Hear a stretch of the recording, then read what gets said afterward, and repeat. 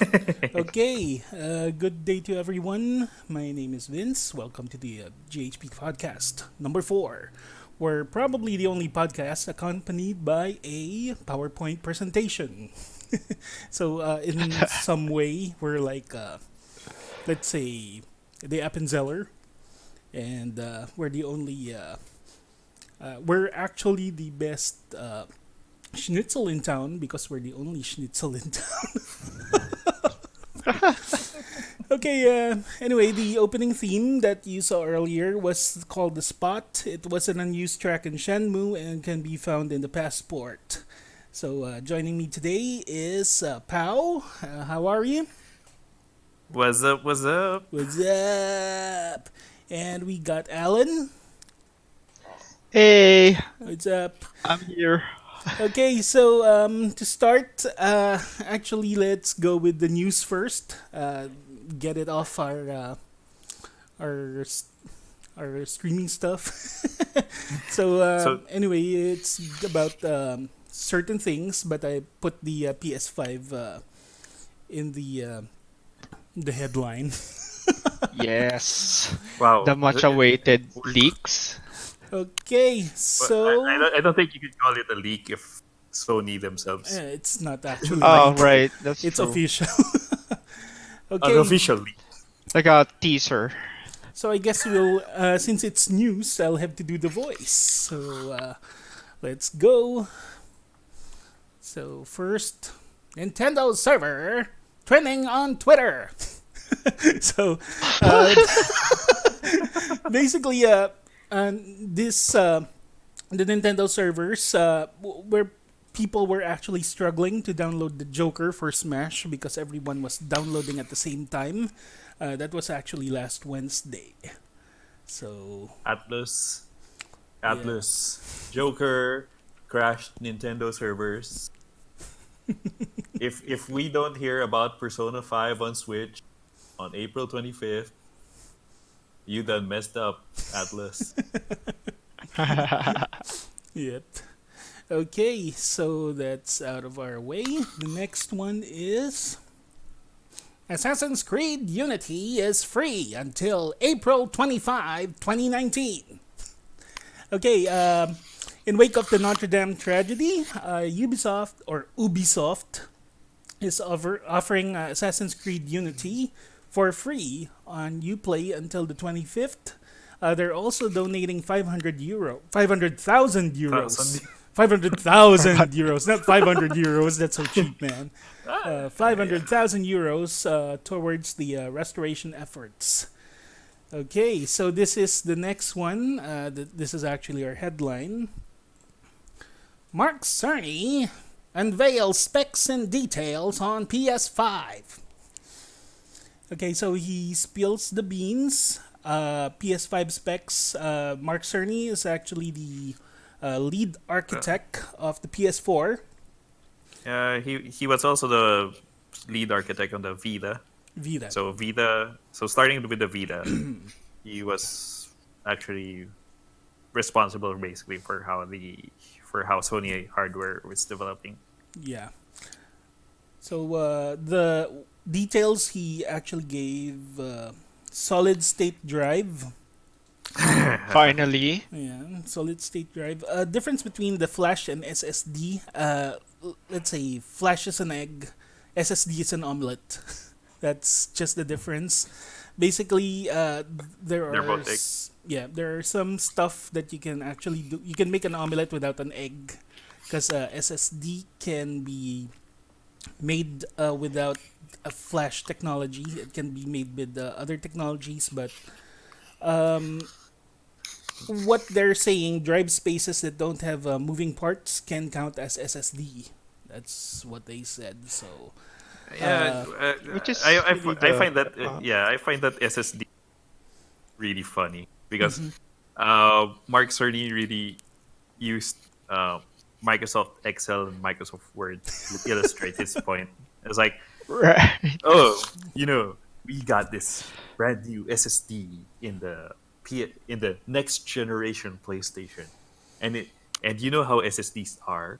I can switch between Microsoft Word and Microsoft Excel. in a span of 14 seconds using an SSD. It's like, okay, Like like what? Even my office what computer does can do that. what does that have to do with anything? And then he goes on to like describe how Spider-Man on the PS4 like loads fast travel. When you do a fast travel, it basically loads in half a sec in less than a Less second. than a second, right? Yeah, 0.8 seconds to be exact. And this is all like nice, but one of the things that weirded me out was that uh, Mark Cerny was also saying about how this isn't just a regular SSD. It's gonna be faster than all of the other SSDs that have ever been made in existence so far. It's so advanced. It's magic. And it's like, and but you won't say anything else. And Mhm. like, Ay, ano to? Is this a No Man's Sky hype for SSD? yeah, I don't know. I don't know, but I wouldn't put it past Sony. Yeah. True. Okay. It's like, Yeah. and the other what is the other specs? They basically just said it was an 8-core Ryzen Ryzen. Yeah. Third based. gen Ryzen Yeah. chip, Yep, and it's a Navi based Navi-based GPU. GPU. More or less 12 teraflops. Will generate 8K resolution. 8K. Ooh yeah. 8K. Ooh, Ooh, please no, scary. please no. But And 12 and what teraflops is not that far off backwards from backwards compatibility, right? yeah, same Yes. architecture as the PS4, so more or less it will be backwards compatibility with the PS4. Well, technically not the same, but close enough. Yeah, so anyway, regarding 12 teraflops, I heard that somewhere else. What was that? Stadia? The Stadia is like, yeah, 12. Yeah. So, 12 Oh, teraflops? No, yeah. no, no. It's 10.7 Oh my teraflops for goodness, Stadia. it's more powerful than Stadia. Yeah, but then if you think about like the PS4 Pro was 4 point something Yep. teraflops. The mhm. Xbox One X is 6 teraflops. Yep. So 12 teraflops is like twice as fast as the Xbox One X. That's But nothing then compared to the Switch. The Switch is gigaflops. Yeah. but yeah, but then like if you consider like how far the PS4 is like 1.8 Mm-hmm. teraflops, Yep. and it went from 1.8 to 4 To 4. teraflops. Yeah. And it's like, so um if you just go by the numbers, like this is more than so 4 teraflops to 12 teraflops is like 3 times. Yeah. So the Which is leap, kind of yung trend nila from yeah, 1.5 to 4 and then to 12. yeah, yeah. So I actually think it's a bigger leap than Mhm. what we got from the PS4 to Oh the yeah. Yeah. PS4 Pro. Extremely big leap. But then if you take from the base PS4 to to the next generation PlayStation, that's much larger factor. But I find it funny also that they're refusing to call it the PlayStation 5 for now. It's like they keep referring to it as a next Next generation generation. PlayStation. As if, yeah, as if you'll call it anything else. They got the Right. most original naming sense in the industry. Well, Well, they can't well, name it PS1 kasi like the Xbox because uh, there already was a PS1. yeah, there were two PS1s. Uh-huh. There's a PlayStation and then a PS1, It's one, the small tiny one. right? Which is But my first PlayStation, by the way. which one? The PS1? The PS1. The small one? Really? Mm-hmm. Ooh. Oh, nice, nice. I actually like the look of that one, the PS1. Very compact. Okay, and what else do we have for the PS5? So far, that's it. Next I, generation I Just PlayStation. am the curious. next. Yeah, Yeah. I am curious as to how they'll do the backwards compatibility Yeah. because They did show a patent for it. Mhm. Well, there was a patent uncovered for it, and basically the patent is saying that they're going to emulate the older hardware on the newer hardware, which is like what every other backwards compatibility Right. mechanism is doing. But I um, I was watching something on the I was watching the Digital Foundry video cast on the PS5 review Mhm. teaser kind of, Teaser. and they were talking about like how typically when Sony or Nintendo do backwards compatibility, they preserve the experience as close to the original hardware as possible. So like um in terms of the of running classic games on newer hardware. For example, Nintendo will make sure that for example the B and A buttons are in the same place and do the same things. For example, even though it sometimes makes no sense, if you try to play uh, Super Nintendo games on a GameCube controller on the Wii, like it makes no sense to have the same layout, BAY, to use the same buttons on the given the GameCube layout, but that's what they're going to do because that's what the original hardware does. And Sony pretty much does the same thing. Like, okay, you put a PS1 game on the PS2, it's gonna have the same slow ass loading, Mm-hmm. same You mean they same. didn't improve Chrono Trigger on Nope. the? Oh my goodness! No. Holy moly! You still gotta wait through that 6 second loading when you open up the Go in menu. the menu. Oh So my goodness! Sheesh.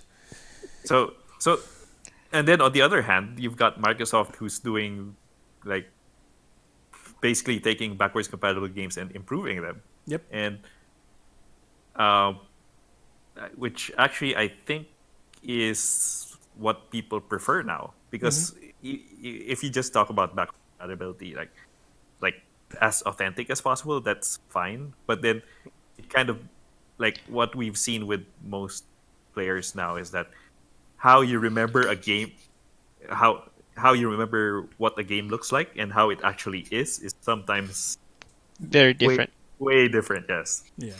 So so your rose tinted glasses are gonna make those old games look much better than they actually are. So I think there's value, but see, I also think there's value in like keeping it as authentic as possible. But I also like applaud Microsoft for what they're doing with the backwards compatibility on Xbox One, where they're actually improving the experience, especially if you take if like Ninja Gaiden Black, which was meant to run on a 480p CRT, and Mm-hmm. you bring it up to and now it's like 4K display compatible if you got an Xbox One X. Mm-hmm. And it's like, okay, you're not gonna like improve the models, the textures. They all pretty much look the same, but it at least feels better to play on a 4K display compared to like just playing it as is and then blowing it up on a 4K display. So I I'm actually very curious to see what they'll do with backwards compatibility. And is their backwards compatibility going to be only up to the PS4, or are they actually gonna go and do the impossible and get it all the way back up to the PS1? That would be a miracle. Mm-hmm. Because yeah, because the PS4 broke the tradition of having PS1 compatibility, and the PS4 is the only PlayStation console that does not play PS1 games. Eee. So will the PS5 continue that trend, or will it basically honor the old tradition? Tune in next time. Anyway, this is the reason why I will never get a PS4 because You they don't need just to. announced that it may be backward compatible. It is. They Yeah, well, they Uh, basically promised it. yeah. right. It's just a But promise. Promises are meant to be broken, you uh, know. So Oh, no, but just like what PSV. Bioware said, it's the price of transparency. hmm, Yeah, Is what it is. It's yeah. true right now, But but but at what cost? maybe when we release it, it might not be true then. oh my goodness. Uh, Anyway, it's and Sony. they also said that PSVR would be compatible, like Yeah. forwards compatible, Right. which would be interesting because that means that your PlayStation Move controllers would actually work on three different generations of hardware. Yeah. At least it won't waste your money on the move controllers if it's that backward compatible. Because basically, there are how many games that use the move controller? 12, Uh, Uh, 12. 5. you're a little bit more generous than I. I was gonna be unsure. It's definitely more than two. It's definitely more than two. More to do, definitely. More than two, definitely. Okay, let's go to the next headline. Avengers Endgame next week. I'm so hyped. My goodness. Yes.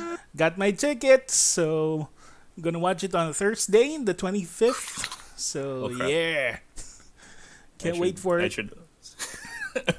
I should also look for my tickets now. Also, get off social media because there's Yeah, already yeah. Social links media will and leak spoilers. everything. I think that's also the reason why they're showing Endgame in all the countries at the same time, just to Reduce prevent the. spoilers. I think And maybe. I don't know how true it is, pero I think yung cast or I guess a production crew of the Avengers Mhm. sent out a memo or a Oh letter yeah, or something. the Russo brothers. The Yeah. Russo brothers sent. Right. Yeah, They're asking posted a everyone letter. to quit Thanos demands spoiling it for silence. everyone. Yep. Yep. Thanos demands silence. And I really liked what they did with Tom Holland. They just gave him the script where it's him and nothing Right. else. Well, I think they did that for everyone. Yeah. Uh-huh. So only Robert Downey Jr. has read the entire thing, apparently. Which of course. Yeah. The first guy Hmm. and the highest paid among everyone. That's his privilege. Yeah. Right. He's got the what do you call that? When you're the first. First, The first, first privilege. I don't first. dibs. I got first dibs. I got dibs on the ending. Uh, What the heck? everybody's question now is who will die in the end. I hope no one does. I hope everyone's still alive because I really want to watch their movies moving forward. Oh crap! Oh crap! I just remembered. Uh-huh. I set a meeting on the opening night of Avengers Endgame. Oh no.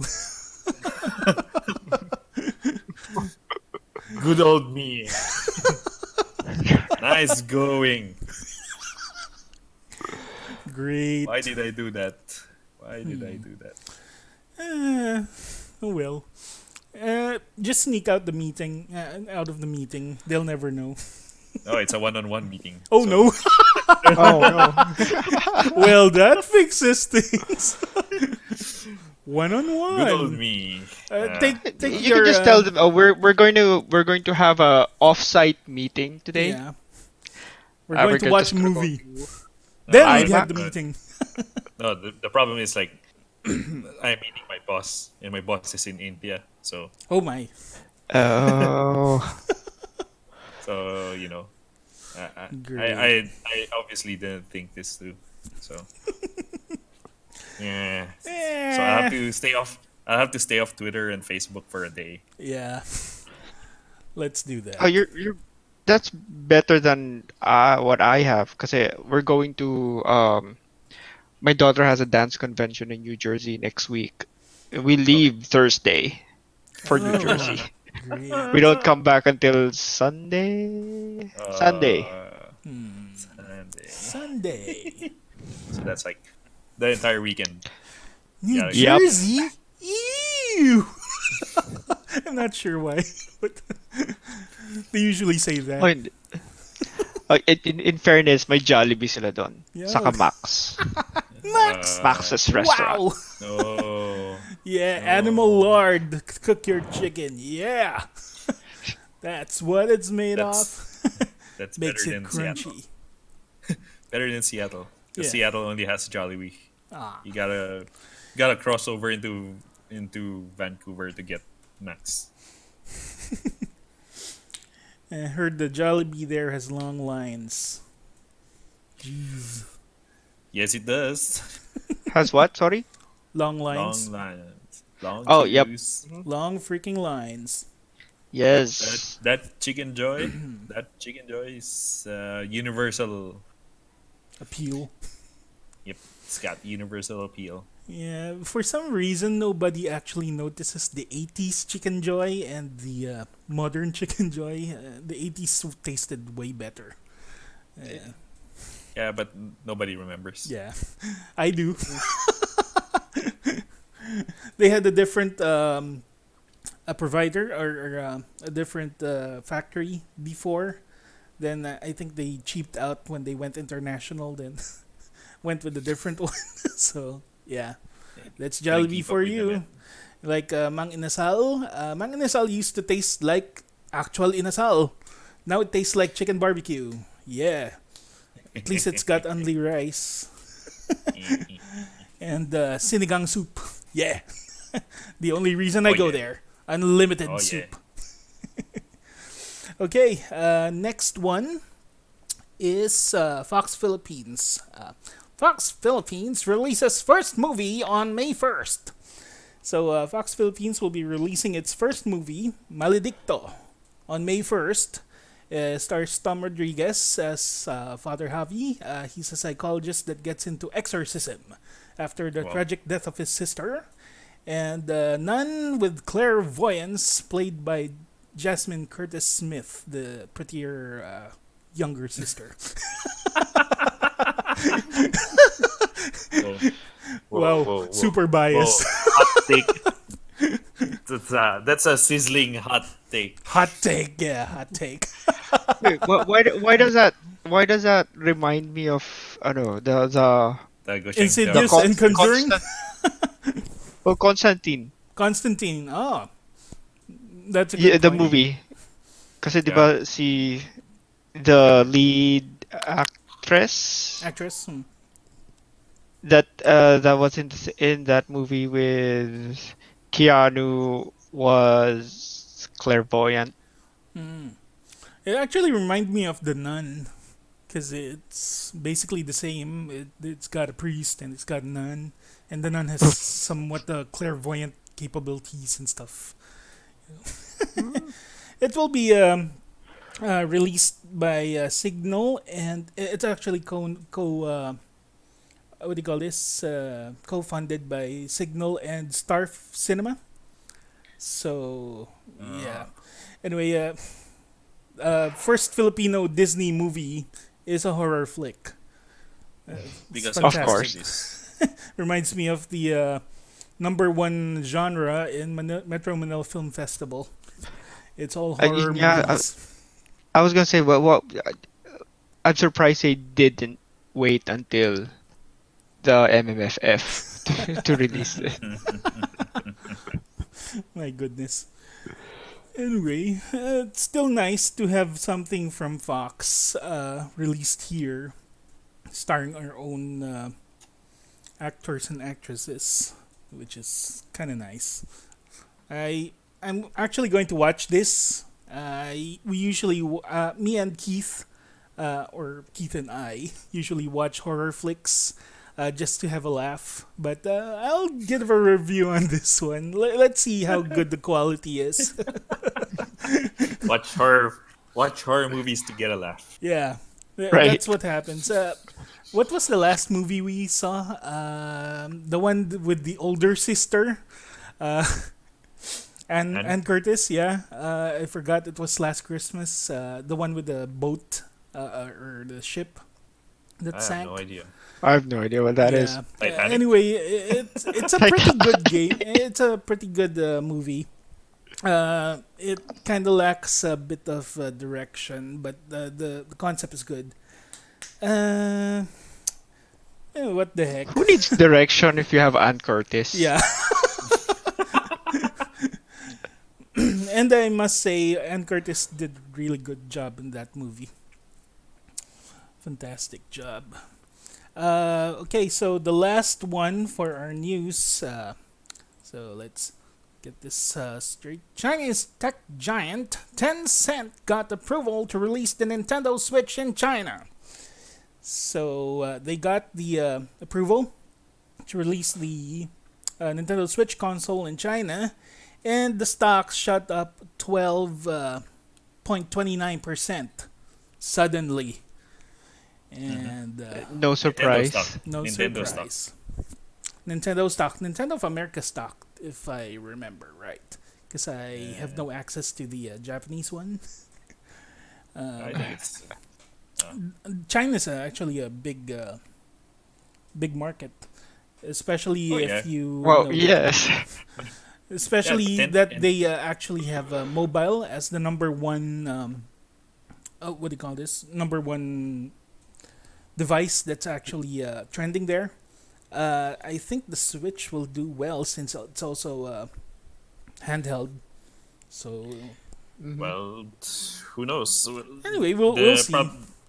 Yeah, the problem there is that console hardware is traditionally like more expensive for most people than just buying like a cheap A mobile phone. Huawei phone Yeah. or something.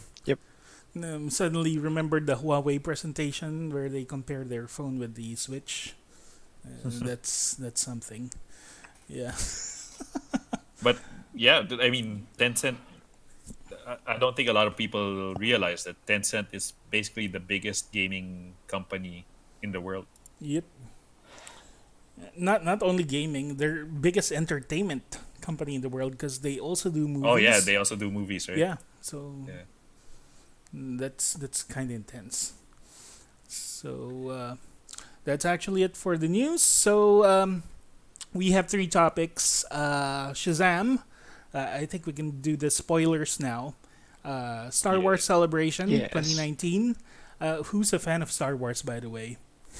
Who isn't a fan of Star Who Wars? is it? That's that's a good question. I know who. I- The ones who hated Last Jedi. Yeah. It's not a bad movie. I just don't see the why all the backlash. Jeez. Because I don't know. Because Solo died. Wasn't that Force Awakens? Yes. All right. Yeah. Anyway. Because oh, Eh. because Monte Carlo. I don't know. Monte Carlo. The casino? Yep. Okay. So let's start with Shazam, I guess. Since did everyone see this movie? Sure. Yep. I think so. Okay, so let's start with that. Where's my notes? Let me see here. Okay. So let me start with my take on the movie. Fact that Shazam and Billy are two different actors, and I didn't notice it. That's actually a very good thing. That means the actors are very convincing. Which is actually one of the pros I liked here.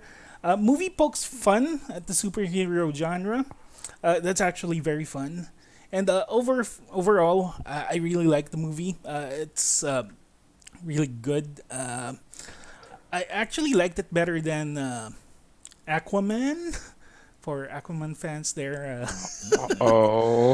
Uh-oh. Anyway, hot take. Hot take. Well, it's lukewarm, I'd say. A Yeah, lukewarm take, I would lukewarm say. take because I guess a lot of people share the same sentiments. Cons, there's some pacing issues, although it's not that bad.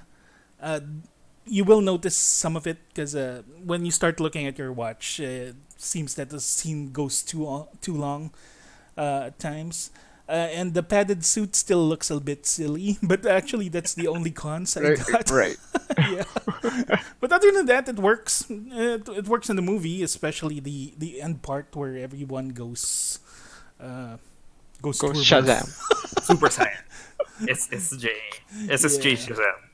SSJ. So okay, so let's go around. Who wants to start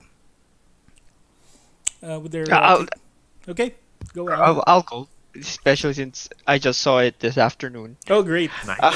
fresh take. Right.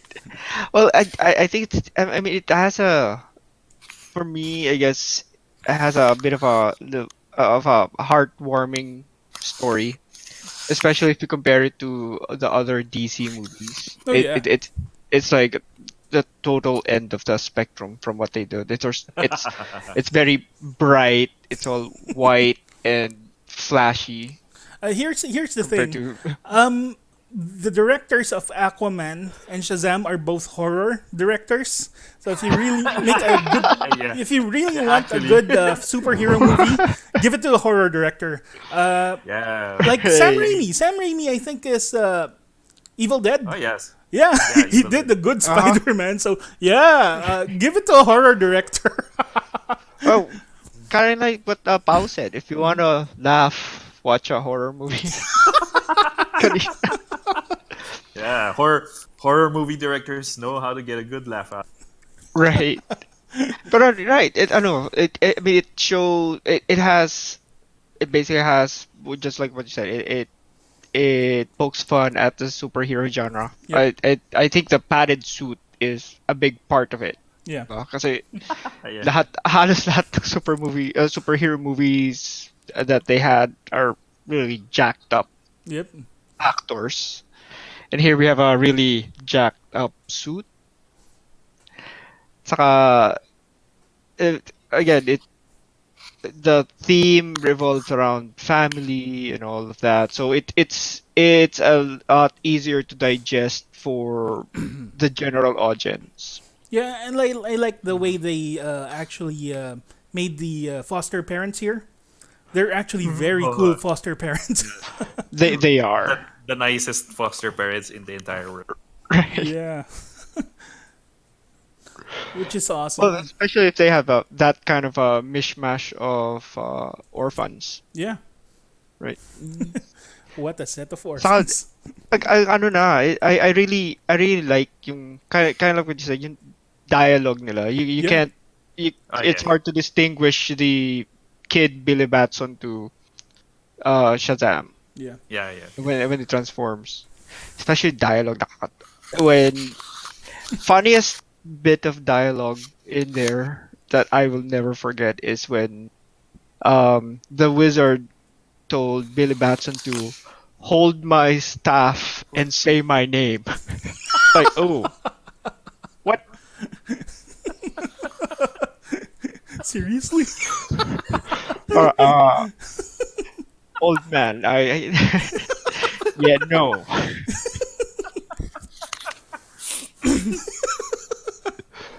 Now that you said Are it, there kids yeah. watching? they won't get it. It's like Cartoon Network where they put adult jokes and the kids don't get it, but the adults start laughing. Or Disney? Yeah, Disney most of all. Yeah. My goodness. Yeah. But yeah, I really enjoyed it a lot. Really a lot. And the fact that the Shazam doesn't actually say his actual name in the press, so he goes by different names, Mr. Sparkle Fingers and Captain stuff. Sparkle Sparkle fingers. Thunder crack. Thunder, The red cyclone. Red Cyclone. Because if he actually says his name, he'll turn back into Turn a back. kid. Turn back into, yeah. He can actually go by Captain Marvel. Actually, this movie is called Captain Marvel 2, according to the Pirates movie Pirates DVD. Actually, it's only called Captain Marvel 2 in the US. In Japan, it's called Doki Doki Panic.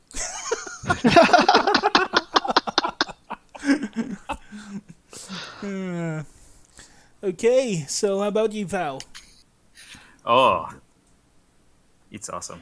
Um, I'm actually in agreement with only because of the fact that it has better writing than Aquaman. It's like Aquaman did a lot of things good, but the dialogue is really silly in Aquaman. It's like My you man. may call me Ocean Master. It's like, Oh but my goodness. yeah. But James Wan did a lot of good with Aquaman. Like given the material that he was working with, he did a lot of good stuff with Aquaman. Yep. Now Shazam basically is better by default because it has better writing. but but overall, yeah, it reminds me a lot of a '90s movie in terms of the tone Yep. that it has. Like even like we say that it's like on the other end of the spectrum of the other DC movies. Like all the other DC movies are like grim dark or serious, and then you've got Aquaman, which is kind of like moving towards um, the fantasy kind of movies, and then Shazam. I've read somewhere that Shazam kind of channels um, the kiddie adventure movies like Goonies, and that's what it actually feels like to me, because it feels it channels the tone of a '90s family movie in a way that's not evident even in the more lighthearted Marvel movies that we have now. It's like even the let's take Spider-Man Homecoming, which is probably, I would think, the more lighthearted of the current Marvel Cinematic Universe movies. Yep. Uh, even it's got not even it's got its cynical side, because the whole concept of how the Vulture developed as a villain, and that scene in the outside the homecoming dance, the conversation between Spider-Man and between Peter and Toombs. Yep. So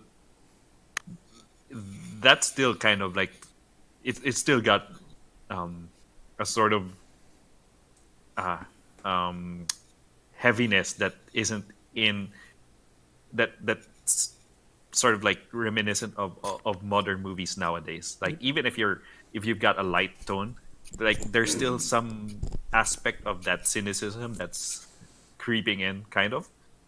And this one and Shazam has a lot less of that. Yeah. Like it's by focusing more on the kids in the foster home. Yep. Like it sort of gets that it's a bit more childlike in how it treats its superheroes. Like even Billy is like, oh, I got these awesome powers and I'm gonna try them out.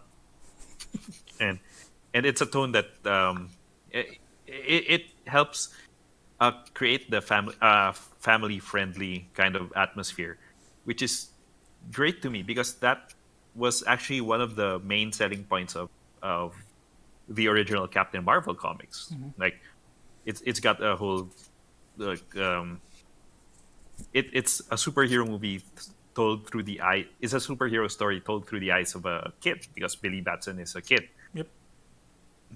And I like that they incorporated that sort of tone, whether intentionally or unintentionally.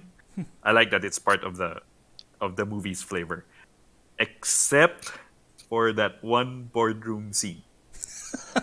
Right. That it became dark Yeah, when they locked themselves in that boardroom. I mean, even like I guess because it's a PG-13 movie, so Yeah. there's not a lot of blood and gore, but still, Yeah. But still, It's some pretty guy's dark. some head got bit got off. bitten off, right?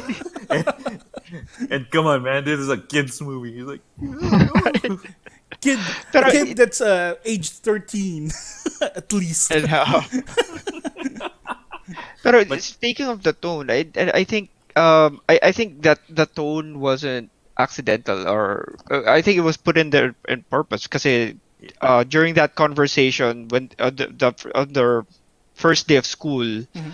Mhm. um Billy was asked super flight or invisibility. yeah, Yeah. So it from there, I think that's what set the tone. It's like what's a normal person going to do if they receive they got superpowers, super. Yeah. Yeah, which is what happens basically well, the entire film. yeah, Mhm. yeah. So yeah, I'd like to think that that the filmmakers like intentionally made that tone, but because I'm not privy to what the crew was actually doing, so I just put that disclaimer in there. But I'd like to think that they did it on purpose. Yeah. Eh, Anyway, and especially like the scene mhm. where like Billy was flying up in the like was following the That villain. They were up in the they're up in the in high up in the city, and he's like, "You, why do you continue to fight?" oh, What? I can What? hear you. Are you doing your supervillain monologue? Anyway, Oh yeah. So I'm not sure about the villain they actually cast, Savannah, because basically, Savannah. Yeah, yeah, he's Savannah is supposed to be a short guy in the comics, and they made him incredibly rich and handsome here. So he's got everything. Why does he have to be a really a bad dude? yeah, Although he's kind of yeah. like here, he's kind of like evil, really evil. Yeah, I also sort of found that funny. Like, okay, he was tested as a kid, and then He failed. he was found unworthy to carry the powers of Shazam, and then he held on to that grudge for like 15 years until he got old. Uh-huh. It's like, you told me when I was a kid that I was not worthy. Like, I'll But I show you. realized, I showed you. It's just missing which the again, part where he gives the wizard a wedgie. And it's like, which come on, man. comes It's into like the 15 years. It's like, you gotta let go of that hate. He crossed the line. Like even an evil guy can actually say, "Man, you crossed the line, man. That's enough, man. Let it go." like you hurt my feelings.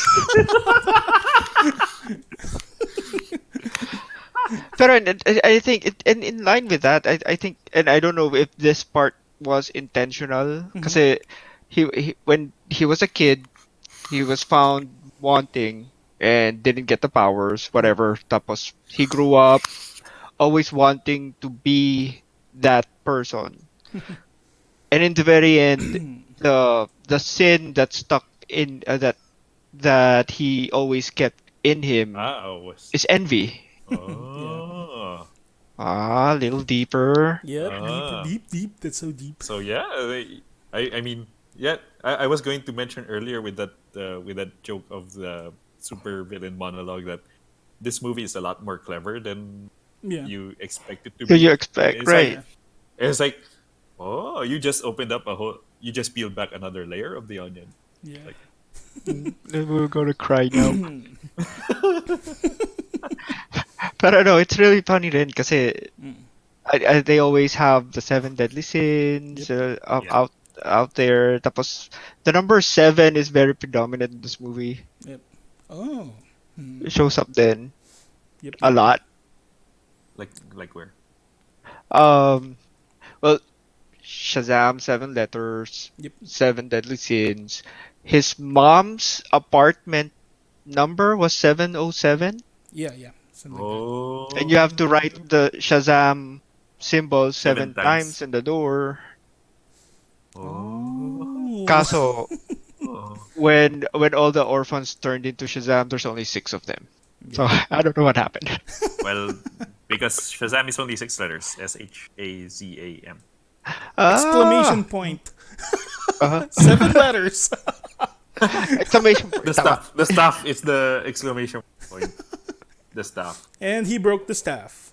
He So broke the they're staff. so they're just like Shazam. Shazam. Yeah. Shazam.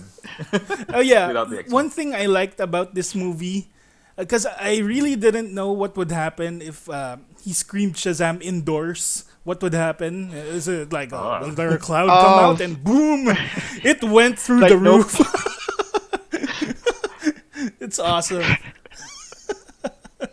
Like everywhere, kahit sa house, Yeah, sa bathroom. it will find your way to you. Uh, and uh, I also want to commend the Shazam being being one of the best movies that sort of accepts that it's part of the DCEU Yep. without like putting it in your face, and it's got the Right. best use of Superman so far in the DCEU. Oh, that's true. It's like, yeah, it's like Like, oh, these guys know how Superman should be. Like, yeah, like, that's how Superman should be. Yeah. You betcha. Anyway, that scene with the wizard, because basically the wizard is pretty desperate when he got Billy Batson. Oh, yeah, you'll do. Oh yeah. So actually, I also like how they changed that. It's like because when you watch it and you look at Savannah and like what makes him different from Billy, right? Mhm. And it's like usually when superhero movies do this kind of thing, like what's the difference between the hero and the villain? It's like always like some kind of nebulous thing. Like Yep. the hero is the hero. The difference is because the hero is better in some unmeasurable way. But here it's like he became eh. Shazam because he became Shazam because the wizard basically had no other choice. It's like it's an interesting change for the to the origin for me. It's like Yeah. oh so now it makes even more sense that Savannah is furious that this kid became Shazam because the only difference is because he was there at the right place at the right time. Yeah, and you can actually say that he's of pure of heart in a way. He just wants to see his mother, so he does this really weird things like get in a police car just to get an address of this Yeah, specific person. breaks Yeah, the law to find his mom. yeah, it's you can say he's pure of heart. It's just a little mischievous, but he could pass. Yeah, but Oh. again, like there were so many kids that Yeah. the That wizard could have done same, yeah. called. Pero that's another contrast to Savannah kasi Mhm. Savannah as a kid held a grudge against his father And his brother. after Yeah. an accident and his brother. Mhm. Mhm. See Billy, even after finding out that that that his he was mom. abandoned, right? He Yeah. was like, "Oh no, here, uh, I got my new fam. I got some new right." fam. I don't need you anymore. You hold on to this crappy ass compass. Which the quality of that compass is probably off the charts because after what 10 years, it's still shine. It And still points north. it's like you just got it from the carnival. No, hindi man lang nag-fade or nag-fog Yeah. up yung plastic niya Yeah, after 10 the years. water didn't evaporate and stuff. That's an Maybe awesome compass. maybe he replaces the water inside. That's cool. But yeah, Replaceable. Shazam, awesome, Yeah, very awesome. nice. Is it better than the other Captain Marvel? I don't know. Yeah, Uh, yeah, they're fine. Same It's but level. different. yeah, but It's I think different. I had a little bit more fun watching this movie. Yeah. This Yeah, movie is just basically fun. Right. yeah. It's like yeah, yeah. Good, Fun from a horror a director. good, yeah, a good old fashioned romp. Yeah. Uh, Yep. So Suddenly thumbs up. remembered Annabelle. It's the same movie he actually directed. We had a laugh. Well, basically a laugh and a lot of jumps, jump scares. Like, And huh? yeah, and the thing I could say about his Annabelle adaptation, the kids are idiots. When anyway, almost every horror movie has that part where they say, "Do not touch this door," and they always touch that door. Really. They end up opening it.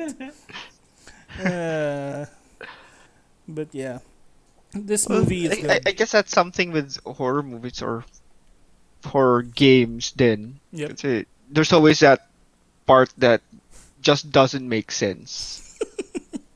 Oh yeah. Oh, Dead Space has a lot of that. like ano ba what was that game? Outlast. Outlast. Oh, you're a Uh, reporter. I'm gonna send you to to go and investigate a haunted asylum that was said to have monsters or whatever. Sure, I'll go. I'll bring my camera. That's it. I it just looks bring like my camera. yeah. It sounds like a fun romp. Let's have a jolly old time. Great. Okay, so let's go straight to Star Wars. Star Wars Celebration. Because they had announcements, and when they said they got announcements, it's a lot. So let's start with Rise of Skywalker. Mm-hmm. Uh, After watching that trailer and getting the actual name of the movie, geez, I got fan theories. Of course. Number one, Ray could be a clone. Could be. What? It's just A clone of speculation. who? A clone of who? That's the question. A clone of who? Exactly. Oh, a clone period. So she could be a clone period. Then after that, Ray could also be adopted into the Skywalker clan, thus the rise of Skywalker. Since Luke is gone, no one will get the Skywalker name. But what the heck? Nobody actually really needs the Skywalker to make a Star Wars movie. So yeah, Or the rise of Skywalker because Luke is gonna come back. he's Your actually rise, alive. He Dead. just fell asleep. rise from your grave. Oh my god. Wise from your I still grave. love that game. Rise from your. That rise from your grave from the Sega Genesis. It actually sounds like Alter Beast. what do you call this? Elmer Fudd, wise from your Rise grave. from your grave. Arise from Oh my goodness. Anyway, what do you think about of the trailer? It's hype inducing. Hype inducing, You- yeah. Very. Very hype inducing. Yep. It's got Lando. Yeah, Oh. Lando. That's it has Reunited. Luke's lightsaber Yep. put back together. Yeah, I think it was cut in pieces in the last movie. Oh, yeah. Yeah, it was it's split in half. Yeah. Mhm. It's By- like Pero if J.J. you- Abrams is mending everything that went on in the last movie, especially the helmet of Kylo Ren. Oh, but it wasn't Kylo that's repairing the helmet. Oh, okay. I watched the trailer a couple times. If you a couple watch that hundred part, times. If you watch that scene again, Mm-hmm. makita mo yung hands Mm-hmm. are very furry. Furry. Oh, it's a furry. Ewoks. It's the Ewoks. Ewoks are There's a evil. possibility. It could be, because I think they're going back to that planet. Because I think it showed the dish of the Death Star. The Death Star. Yeah, at the end. Pero is it what was it? Endor? Endor, Forest Moon. Endor is the Pero planet. Yeah, The right, Endor is the pero the Forest Ewoks. Moon. No. The Ewoks live on a forest moon of Endor. Yep. Endor is the planet, but the Ewoks live on the moon, Endor. Probably it's on Endor itself. Maybe. pero Who some knows? people are also saying it's in forgot what Yavin. Yavin. Yavin. Huh? Yeah. Kasi yung So that was the first Death Star. yup. Mm. It's a debate between whether they visited the first or the second Death Star Well, it's, because of there's the only landscape. 2 of them. Yeah, there's only 2 of them, so Yeah. it's a fairly narrow list of Of Death places. Stars. And then the laugh of the Emperor in the end. Everyone was speculating. Why is Luke laughing? Then you notice Ian McShane. oh, it's the Emperor. I thought Luke went Joker. Something like that. The Emperor. The Emperor's new groove. It looks like it. Kylo, you threw off my groove. I will I'm take sorry. over, Kylo. I'm sorry, you threw off the Emperor's groove. Oh my goodness. Okay, so anyone else want to say things about the trailer? Because it's a very short trailer, and we need I'm more think- info. Yes, I'm thinking the Skywalker here is to the sort of like what do they call those Jedi who are exactly focusing on the light side? Like they recognize that there's balance that there should be balance in the Force. Like you can't go all in on the light side or the dark side. Are the gray Jedi's? Yeah, Yeah. something like that. Yeah, the gray Jedi. So I'm thinking that the Skywalkers are gonna be like gray Jedi's. Yeah, Well, it's a theory. Yeah, yeah, because Game theory. yeah, because in the old extended universe, like before Disney wiped it all out, there were a clan of force sensitive users. I think this was in the General Thrawn, the Thrawn saga, and the force sensitive users were all called Skywalkers. So, so Thrawn himself found it interesting that there were actual people called Skywalkers, like not not the not the force sensitive users, but the actual Darth Vader, Luke Skywalkers. So he didn't know about.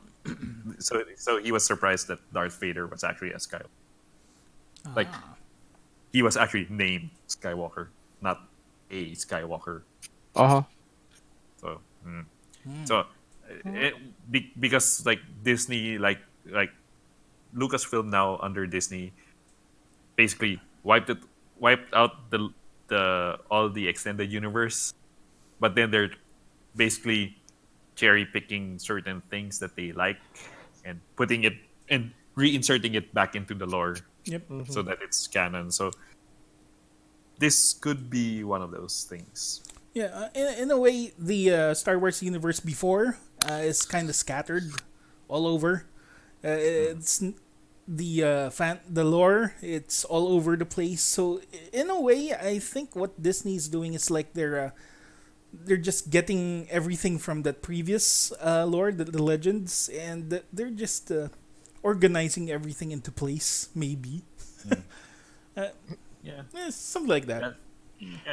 Yeah, because at least now, if they bring something back, the fans will be like, "Oh yeah, the good thing they brought that back," and they're not like, "Hey, you brought this back, but this contradicts with a certain thing that happened Right. in this Yeah. thing, which led to this thing. So it's like basically they wiped out the lore just to prevent nerds from fighting. Yeah. Well, they are still fighting until now. They will. Yep. Whether you like it or not, they will fight. Let Of them fight. course. Let them fight.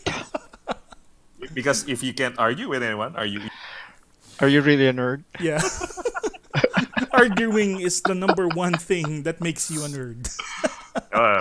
technically actually technically correcting someone else who you think is wrong is what being a nerd Which is all starts about. the fight. Yeah. Right. Yep. Okay, so next one, they announced Jedi Fallen Order. Oh Looks yes. looks interesting. If the fact that you're hiding as a Jedi, that means you're not allowed to use your powers in public. It's kind of like Mage, that pen and paper RPG. Oh. Yeah. So no gameplay footage as of now. It's just a CGI Teaser. movie. Yeah. It's still EA, so Yeah, but it's I'm cautiously optimistic on it. well, it's respawn. Respawn, yeah. Right. So so if you played Titanfall 2, you know that respawn makes really good games.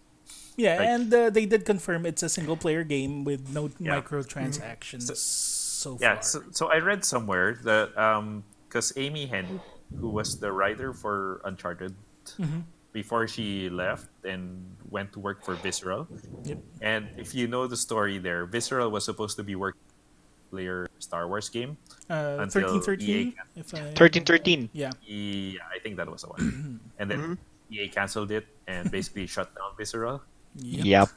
So she was basically relating about how things were, and because she was one of the first people who were surprised by how EA said this is going to be a single player game, no loot boxes, no microtransactions, because that was the exact opposite of what they told her when they were developing 1313.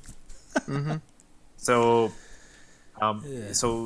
but she was explaining that one of the reasons that she thinks it's different now is because Respawn's head, Vince Zampella, I think, is actually on the board at EA. Oh. So Oh. he actually has the political clout inside EA Right. to make sure that they make this a decent game at least. Interesting. So yeah, but basically I mean, how else were Respawn able to make Titanfall 2? I mean, I don't know how they were able to make Titanfall 2 because it's an excellent game. Yeah, an I mean, excellent game that they released on a really bad day. Yeah, Right. but still excellent game that considering that Titanfall 1 was a multiplayer only game and Titanfall 2 had this really good campaign in addition to the multiplayer.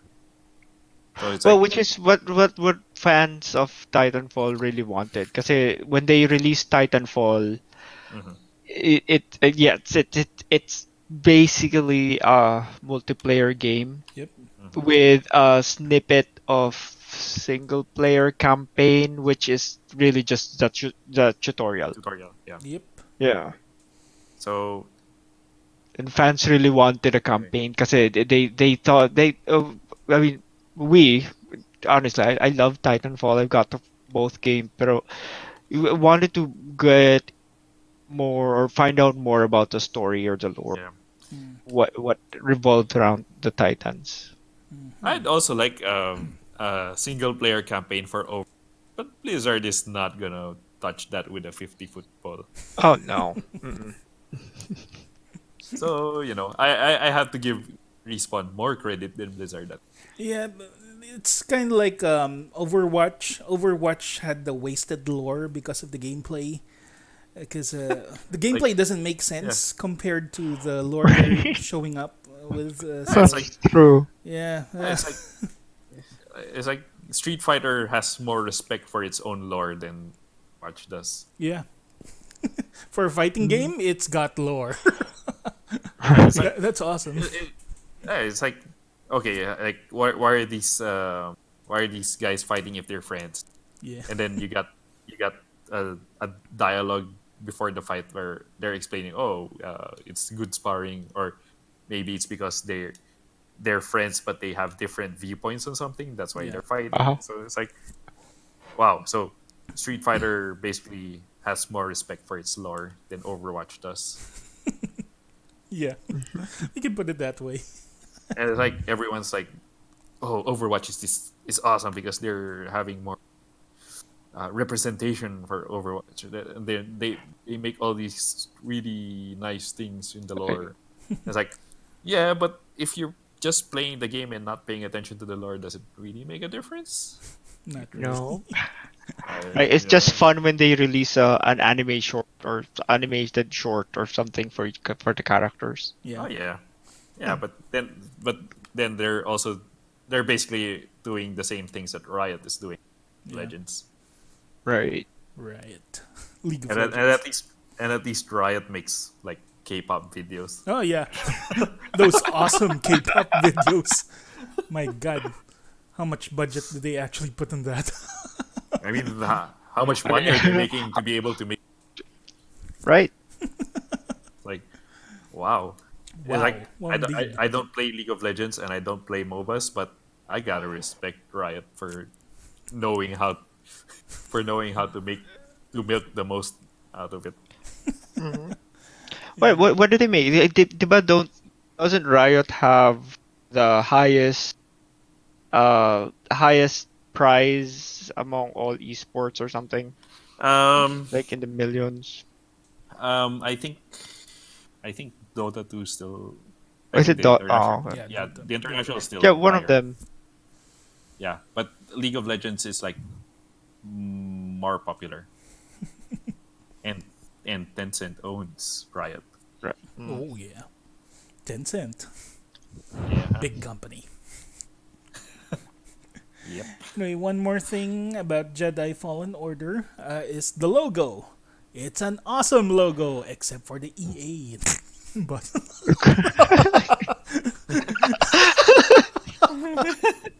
and oh yeah, there was actually outrage as usual. Outrage regarding the main character. It's a white guy, and they don't like it, Eh, and Eh. I don't care. Because basically, what playing Star Wars games for a very long time, it's always a white guy, and if they don't change that, it's fine. Keep it a Yeah. white guy. Because when I played the Jedi Academy, I still played the white guy. I did have a choice. I could use the alien race as Jaden, but yeah, let's go with the white guy. It's fine. I think the box the post well I don't know if it's box art, cover art, or a poster, Uh-huh. but it reminds me a bit of Jedi Academy. Yeah, yeah. Now that you look at it, it is Jedi Academy in a way, including the lighting and the shadows and stuff. Yeah. Mm. Jedi Academy. So yeah, I just hope the gameplay is good. It's not the Well- first person thing. Well, first person was fine. But basically, that's where you go with Battlefront. First person.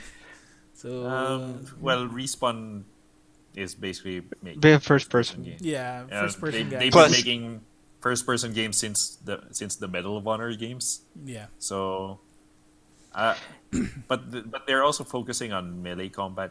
So Yeah. So anyway, I'm just 50-50 on it. wishful thinking. Hope it's third person. Yeah, it might be a better production if they make it a first person game, because it's EA, so they're gonna use Frostbite, Oh yeah, Frostbite engine. Yeah, and they will force it's made Frostbite for on you. first person. It's not using Frostbite, is it? Oh really? It's not. Well, it has Wait. to. Diba, it's a EA mandate that Yeah, all of their they have to every game force they it. have It's used to Unreal be. Engine 4. It's Unreal Engine 4. What? What? Hmm. What? That's new to me. Okay. Looks like Respawn has control over EA. Well, then yeah, the what was that guy's name who heads Respawn has a lot more pull than we Yeah. thought. Hmm. Oh no, E- it is Unreal Engine. Wow. Wow. Yep. Unreal Engine. Which is Hmm. also weird because Titanfall 1 and 2 did not use Unreal Engine. Hmm. That's new. That's Well, news to me. and and the funny thing here is that um like Call of Duty was built on the Quake 1 engine, right? Yep. And it's like Right. if you think about it, like they improved it and they improved it, and by the time they got to, wow, this is what the Quake 1 engine can do. Like, well, not really because they added a lot of stuff to it, but the code base is still Quake 1. And then with Titanfall 1 and 2, they were actually using the Source engine for that. And I was like, wow, this is what the Source engine can do. So now they're trying Unreal Engine now? Yeah, so like, oh, so now we're gonna do Unreal Engine. Oh Okay. god, I want to That see what they makes do with things that way more engine. interesting. Mm-hmm. How is that gonna affect yung other games nila now? Like Anthem, Anthem. Anthem. Well, Frostbite still has his place, I think. Like, I Oh don't yeah, think they're for just gonna Battlefield and all throw. that. Pero Yeah. again, this is when they released Anthem, they basically saw what with the backlash that came with Anthem Hmm. because of how it didn't really come up as what they promised before, and how all of the Hmm. BioWare devs are all saying like, "Oh God, we had a really hard time making Anthem because of the Frostbite engine. It's not Okay. basically designed for it." Okay. So I'm looking at well, what website is this? Cog Connected, and they're saying that because Respawn started Fallen Order when they were still independent. Hmm. So basically, they weren't part of EA then. So Ah. they Okay. had the freedom to use Oh, the okay. Unreal Engine. Aha. Well, good for them. So this one Well, fell through yeah. the cracks. Let's just hope Good. Respawn still gets their way along the way since the Like towards the end. Well, let's hope not. yeah. Jeez. Oh, Okay. so we have someone. Huh? That's We someone have interesting. a Here guest. comes a new challenger. Here comes the new challenger. Is that Cal? Well, Or did someone come in midstream? Like a urine sample? Like a urine sample. What's up, guys? Midstream. Yeah. Hey, Cal. Yeah. We're actually talking about Star Wars Jedi Fallen Oh, no. Order. Oh, okay. Yeah. Well, I just got back from the Ashley Goseng Fiao, what do you call that? Convention. Convention, yes. In Hawaii. In Hawaii. All three members were present. The I was rest gonna say, were across the street. akala ko nasa Middle East sila, Ashley. Well, they're in Korea. Korea. For Oh, they're in Korea now. Well, okay, we just mentioned several places. No. This is like, where in the world is Ashley Goseng? Nagis ba? It's like, oh, I heard She's- they were she- talking about. Yeah, all the other people were across the street in the Ashley convention.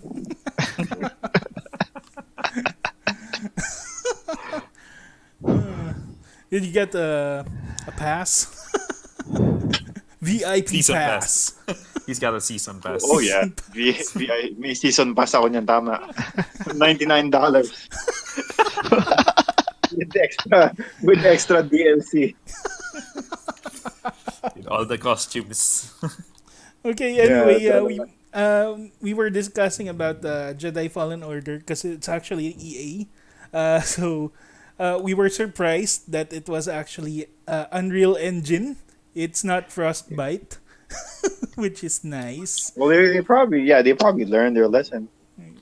Well, I- because well- apparently Respawn started development before they were part of EA. So Well, there you go. they decided to use Unreal Engine. Yeah. So Did you actually see their tweet? what? What tweet? They tweeted That like it's a big deal because EA tweeted, "Oh, no microtransactions, no Oh, blah blah right, blah, right. What? no Yeah, paid we- content." Yeah. Blah, Yeah, blah, there's blah. no nothing, anything that Yeah. they had for everything. Basically, what the whole trend that they started for microtransactions, loot boxes, this is not going to have any of it. Which So- is great. Yeah, then they got shit on Twitter. is it is it is it still gonna be an EA game? Oh yeah. Not all the- Well, it still yeah, shows oh, the wow. logo. If it doesn't If it have doesn't have- microtransactions or loot boxes, is it an EA game? Oh, you mean like in essence? Right. Oh, probably not. It's more of an indie. EA It's a Respawn indies. Yeah, it's a You know, Respawn people game. are saying they're gonna add that shit later. They're gonna add that shit later, which I'm like, I believe that. Well, I Uh-huh. believe it. there's a possibility. They didn't say Did they no add that- microtransactions for now, because the people will Yeah. freak out. So they just said No, no microtransactions. Okay, that sounds good. Then after Oh. they're finished with the tweet for now. I won't be Okay. surprised. They're probably the- gonna introduce they're gonna introduce funny thing was- kyber sorry, go ahead. crystals. Sorry. They're gonna introduce kyber crystals for your lightsabers, but you're only gonna get it in your loot boxes. with a pre-order. Right. No, you know what? The funny thing is, they're getting memed because they're like, yeah, no microtransactions, no paid content, blah blah blah. All DLC is free. And then the second tweet was like, trust no one, Jedi Fallen Order. Yeah, trust no one. Yep, it was like, okay. Bad timing. Yeah, that's a very good statement. Trust no one. Yep. Especially not EA. Oh my god. Yan yung mga taglines na nila. EA, trust no one.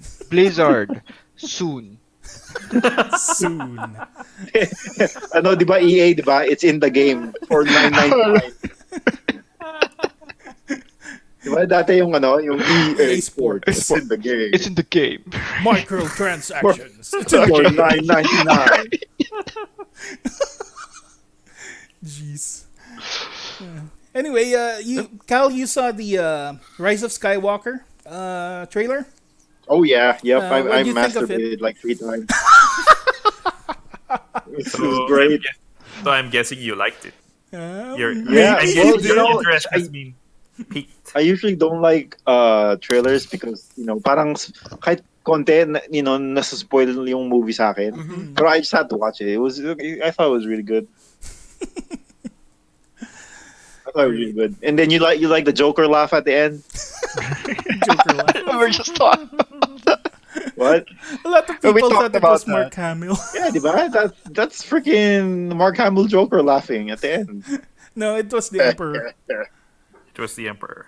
You think it was the Emperor? I thought it was Mark It Hamill. was the Emperor because Emperor's Shane new showed group. up in the what do you call this Star Wars conference himself. So Mark Hamill is the Emperor? I know. Oh, One second. fan theory. Fan theory. That's a new canon. Luke Skywalker is the new Emperor. Wow. Wow. The Emperor's new groove. I'm telling you. Calling it. They turned the emperor into a llama. Ray, I'm a llama. I'd watch that. I still like my theory, Luke's gonna come back pero as a zombie. Yeah. Force. Am I sounding like windy? Not really. No, Okay, cool. It's fine For now. for now. For now. trust no It's one. fine for 9.99. I will close my window for $9.99. You know, I kind of feel bad for EA, but not really. You know, they just No, not released really. they released their like roadmap for Anthem, and people are like already shitting on it. You know, Right. parang nakakaawa, naawa na ako. If you're gonna feel bad for someone, feel bad for BioWare. Yeah. Yeah, you know, I really feel bad, but like I was like after the original two founders and doctors they left, I was like, I don't know if they're gonna because if anyone else is gonna be passionate about their stuff, it's like two doctors who left their profession to make video games, right? Yeah. Pero when they left, I was like, why are you guys leaving? You know, Because being I'm gonna go back to cutting being a doctor people is being a doctor is more lucrative, yeah, and people are much less toxic in yeah. hospitals. Now that you mentioned it, it's the if toxicity. they start getting toxic, you'll just inject them with morphine or something. Problem I solved. don't know. I also don't feel that bad for Bioware. Probably unpopular opinion, but I mean, I don't know. It's like, Well, it's not the original BioWare, so yeah, but like, are you like going to tell me that like for 6 years, all they did was just dick around and then made the game? Parang That's pwede rin exactly what siyang they storya did. na what? That's exactly what they did. Yeah, I know, but it's like it's kind of like I think that's like okay, either it's true or they're a shit company, or either it's not true and they're still a shit company. You know, Well, they could have like leaked it. to, Now, oh yeah, this is what happened. This is our excuse. That's why. Oh, we can still make games. We can still make good games. It's just yeah, that we're dicking around, and I mean, yeah, you know what? You know the story Well, about the BioWare Bio magic. magic. oh the crunch, the where Yeah, they yeah. overwork people to death. Yeah, yeah. Because I've said this like several times in the past. BioWare is not the best developer when it comes to like actually making a Act. game on a technical level. Oh They're, no. but they're some of the best designers in the world. Yeah, did you So see Mass Effect 1's animations that were like super bad? yeah, That was so it's super like bad. I was always thinking like it would be really great if BioWare teamed up with someone like id, like a team like id, yeah. like it would take care of the technical side, and then BioWare would take care of the game design side, and that would be like wow, that would be one. Yeah, that would be good. Yeah. Even if like they don't have to go like that far off, like they can do like I know you don't like Dead Space, but Visceral, most of your games released it wasn't buggy, it was working condition. You know what I'm saying? Yeah, but They can Visceral's get some dead. of those guys. Yeah, but Visceral's dead. Yeah, well, there's Criterion. maybe they There, like well, Criterion's there, yeah. There you go, Criterion. There you go. And they're but not making any burnout games. yeah, and also the guys who made Burnout games like left, and then they made Dangerous Driving. Oh yeah, Right. the new one. Yep. Which I hear I is might kind get of that. okay. Yeah. It's more It's than supposed to okay. be the spiritual successor to the Burnout Yeah. series, right? To Burnout 3 Yeah. Yep. in particular. Uh, Burnout 3. From what I've read, people are complaining about the lack of music. You can use yes. what do you call that? Spotify. Spotify, but it has to be Spotify Premium. Yeah. You have to pay additional But- $15. I'm like, seriously, But seriously. it's also a $17 game.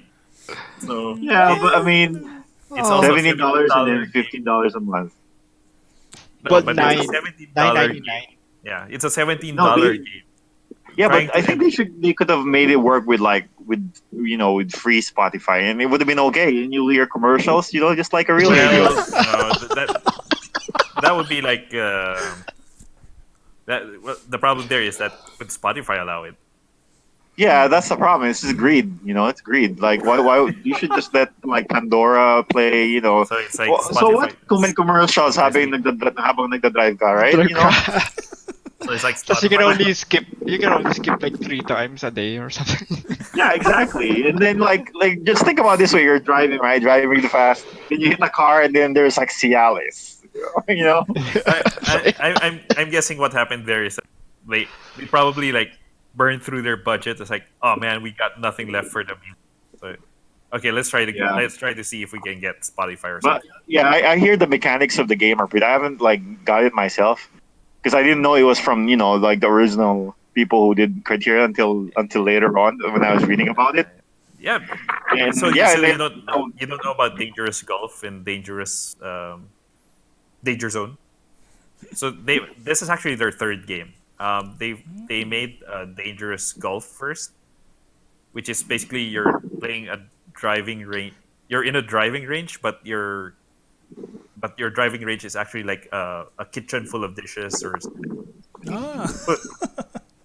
So it's like so you've got Dangerous Golf, and then after that was Danger Zone, which is basically a standalone crash mode from Burnout 3. And then they made Dangerous Driving. Ah. am I really not like windy? No. No, you're not. Okay, it's so windy here. That was I'm actually surprised he's not catching it. Trust no one. Oh, That's no one. Trust no one. Apple headsets or whatever headset you're Yeah, using. what- You're not really Apple. No. It's just my phone. My Samsung S8 Note. Ah, Ah. Samsung. endorsement. My Samsung Yes. S8 phone. It's got all the Yes. features. I know. You don't sound And windy when you talk. and when I go on vacation, I insure my life with AIG.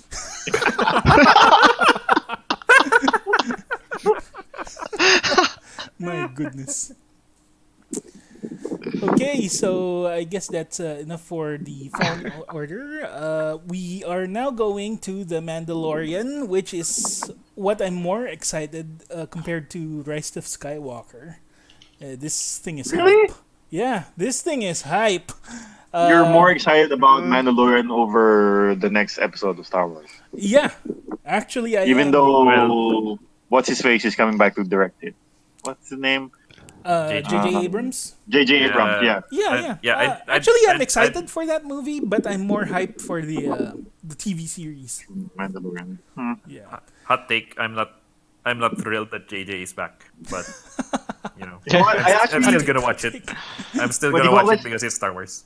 Yeah. Right. Yeah, you know what? I actually like the second movie like a lot. Oh yeah. It's not a bad movie. No, People keep shitting on it, and I actually think like okay, like the first one was like basically all the three movies combined.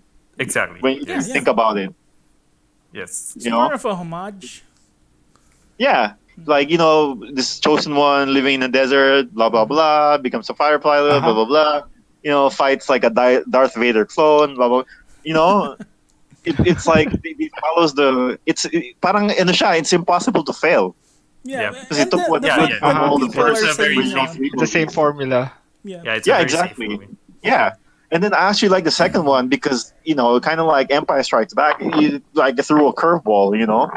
Like Yep. Ray is like, oh, you're nobody, your parents are there, waiting for, they're not the Skywalkers, you're not related to any of them, you're nobody, Yep.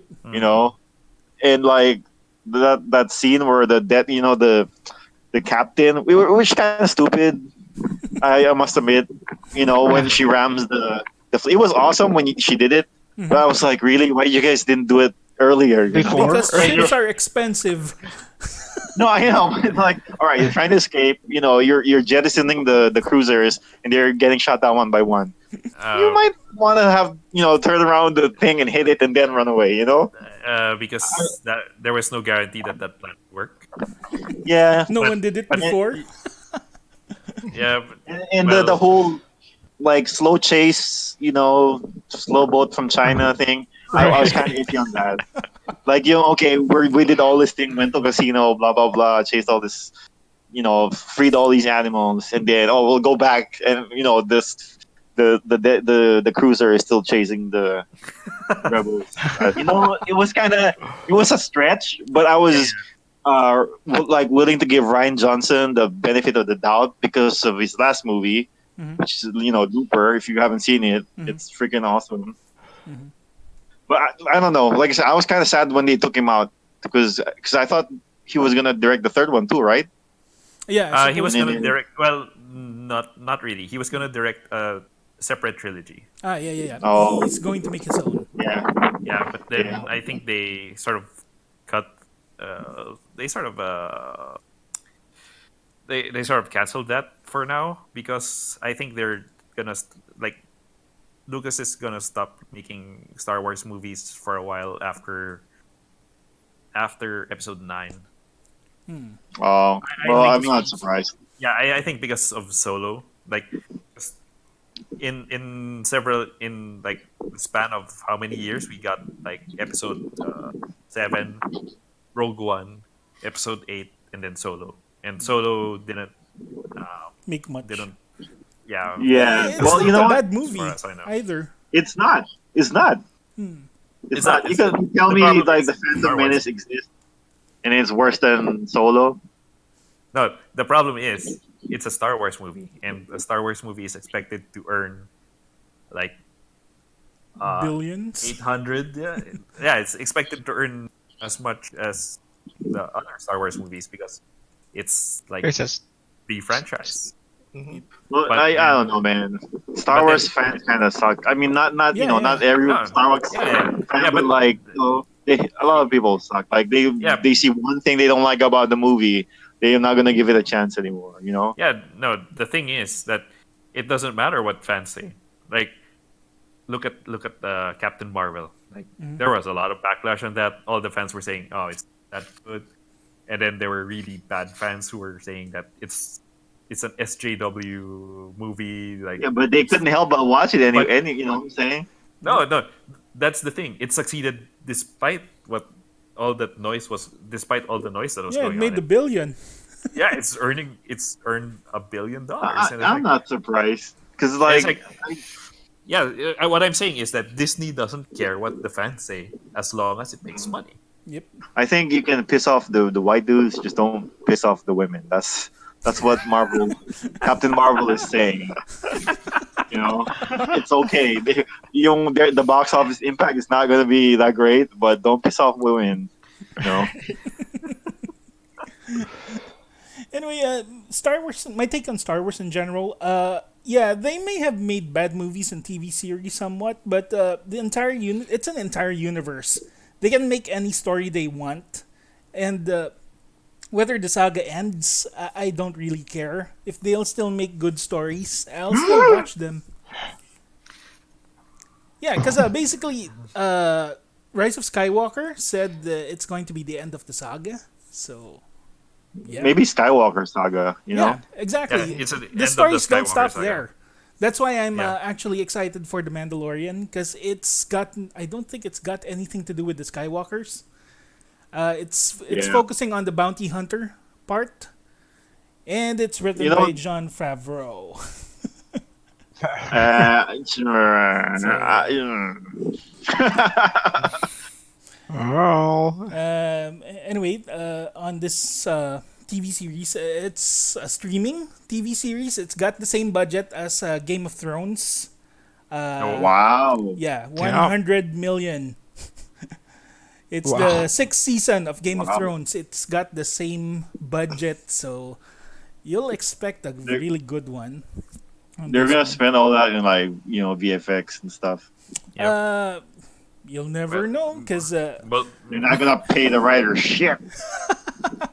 well, the writer is John Favreau, and he's also the executive producer. So I hope I hope they do it well. Like it's really, you can. I think you guys ever seen any of the Fallout like fan movies on YouTube? Mm, What? No. nope. Not It's really. they're actually there's a few of them. They're pretty good, and it's like the what do you call that? The VFX is kind of wonky, Mhm. but it's not it's like Fallout, Pero Oh, because the okay. writing is good. Here's the thing with Mandalorian. They're going with physical effects. They're not going with Oh CGI. Oh, yes. really? Yeah, yeah, Oh, yeah. okay, Oh all right, yes. That's where the budget is okay, going. And all right. during the Star Wars celebration, they told the people not to take a video of the trailer and the leaked first 5 minutes of the first episode. But people, you know, they'll still Leaked do it it. anyway. Yeah, so People I are Yeah, people. so I watched it and it's really good. So is it about like Mandalore? It's about a Mandalorian, an unnamed Mandalorian. So it's not Mandalore. I'm not sure. Maybe Mandalore. Maybe it could be put in the series anytime Well, soon. it's about a Mandalorian. It's about We a don't Mandalorian, not about know Uh, the don't know which Mandalore. Mandalorian. oh well, And my it's not Boba Fett specifically. I don't I'm think it's actually Boba happy that Fett. it's not Boba Fett. Yeah. I don't know. The story is 5 years after Return of the Jedi. So I'm Oh, so sure it it's gets not Boba Oh, Fett. wala na talaga si Mandalore. Yeah, he's So dead. He's dead by then. Yeah. it will be directed by 5 directors on certain episodes. Five? Yeah, certain It's like episodes. a random number. There's a budget right there. Yeah, Taika Yeah, Waititi will cover some of the episodes. Um, with the actually Dave Filoni, the guy who did Clone Wars. He'll be supervising this one. Bryce Dallas Howard, the eldest daughter of What? Ron Howard, will be directing Oh, I love certain Bryce episodes. Dallas. Yeah.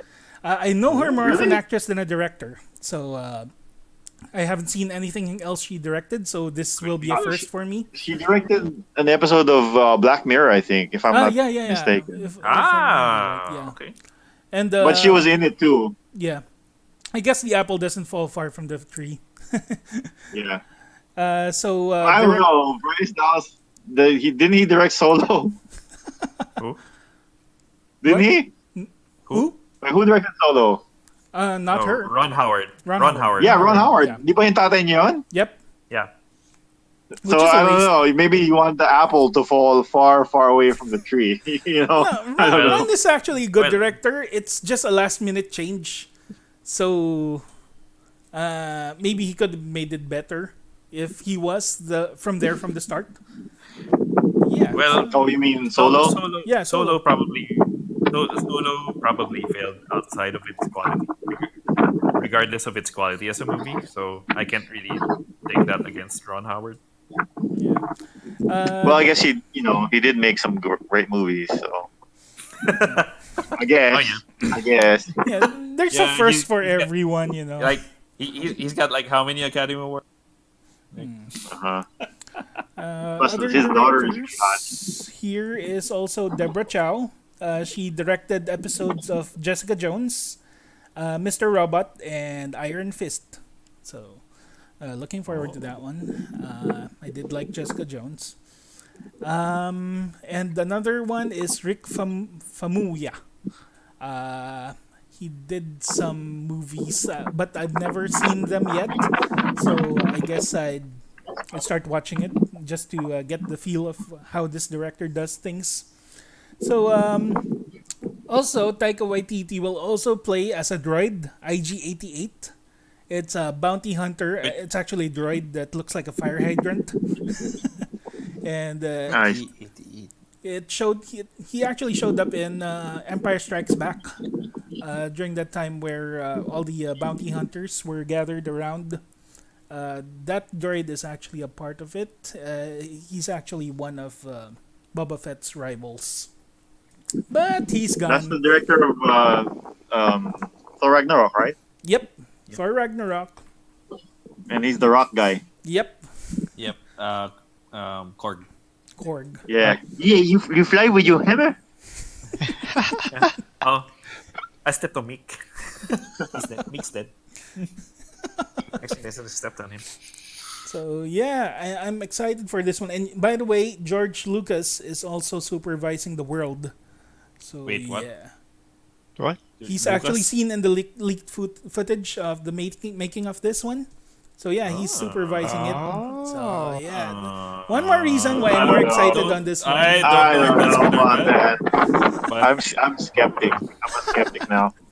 well, I'm not sure if I'm hyped or not, but I'm certainly interested. Yeah, I don't know if you. Intrigued. Yeah. So- yeah. You know, Empire Strikes Back and The Return of the Jedi are directed by different people, right? Not Yep. it's not. Yep. Yeah. yep. So the first movie like bombed so bad that he had to hire other people to direct it. Oh, And, no, you know, no. and What? all credit It didn't. all credit to No. him. What? No, I mean, all credit to him for creating the universe. Mhm. But I mean, like of the three films, I always thought that it was like Empire Strikes Back, Return of the Jedi, and then A New Hope was like, you know, as far as the quality of the movie. For me, anyway. Of course, this is my personal opinion. Yep. So, Oh, and then you know he directed the Phantom Menace, which surprise, That's what surprise, he meant by the first one. Okay. yeah, the the first first one. one. You know. I was thinking A New Hope. New Hope didn't bomb. Oh, no, I mean like, what would you say it did better than Empire Strikes Back or Return of the Yes. Jedi? Yes. Yeah. It did Really? about as well. It's the hype. I mean, it was 1977. Remember? Well, you know, I mean, I don't know. It Then why was- did he take himself out of the directing duties? Because he was probably focused on writing. I don't know. See, this is. And he. I watched and- like a documentary, and that's how I know about it. I didn't really look up the thing. I guess I believe like this he documentary. he just coasted along on royalties basically. Yeah. Yeah. But like I said, all credit to him though for making the the universe. You know, it's not. It was actually it was pretty cool. Like they were like showing like Japanese influences. Yep. You know, like Vader. You know, clearly mukha talagang samurai armor. You know what I'm saying? That those Uh-huh. things are like deliberate. You know. Yep. Mhm. Yep. And like the Force was like more like towards like like Zen Buddhism and all that stuff. Yep. And then he just screwed it up with midi-chlorians. Yep. Yeah, that was like what? What? Parang ano Those yung- are actually midichlorians is more like what do you call it? It's a Sunny D ingredient. No. I saw it on the back. Sunny D. You can drink it. How can we say sea monkeys?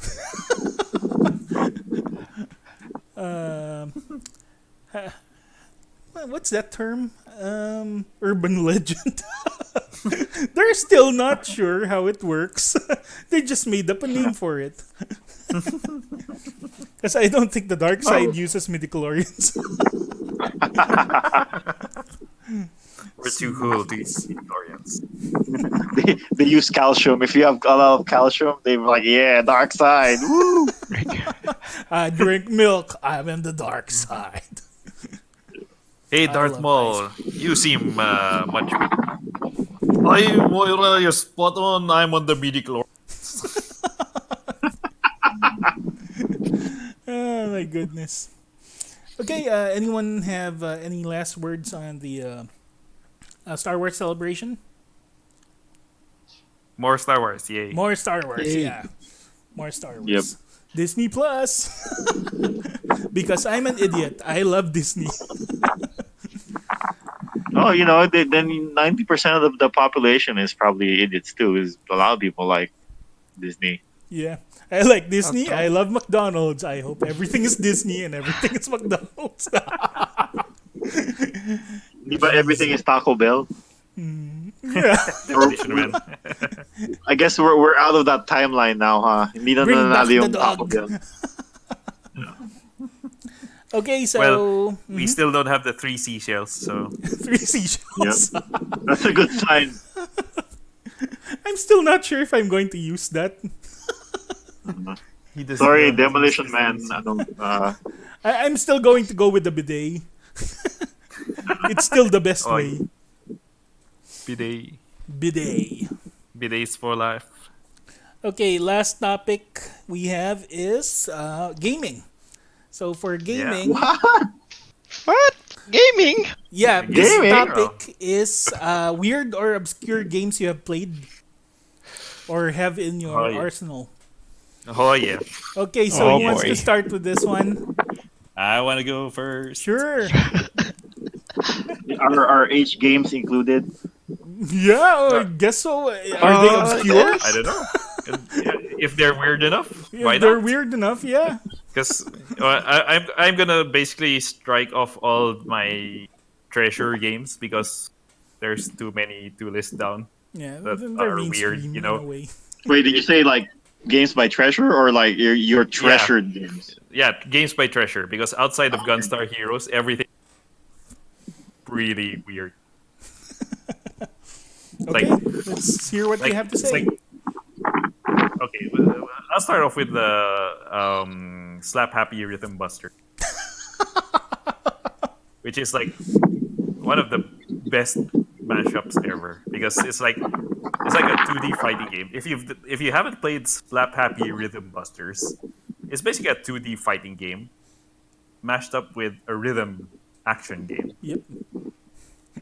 And it's like it's on the PS1 and it's one of the first 2D fighting games I know to sort of implement 3D polygon characters on 2D backgrounds. Because as we all know, the PS1 wasn't a 2D powerhouse like Saturn was. Yep. Yep.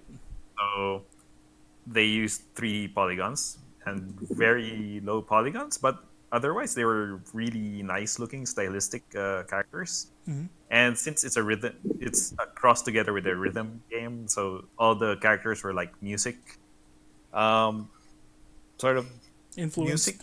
influenced. Yeah, they sort of look more like Jet Set Racers than fighting Yep. games, fighting game characters.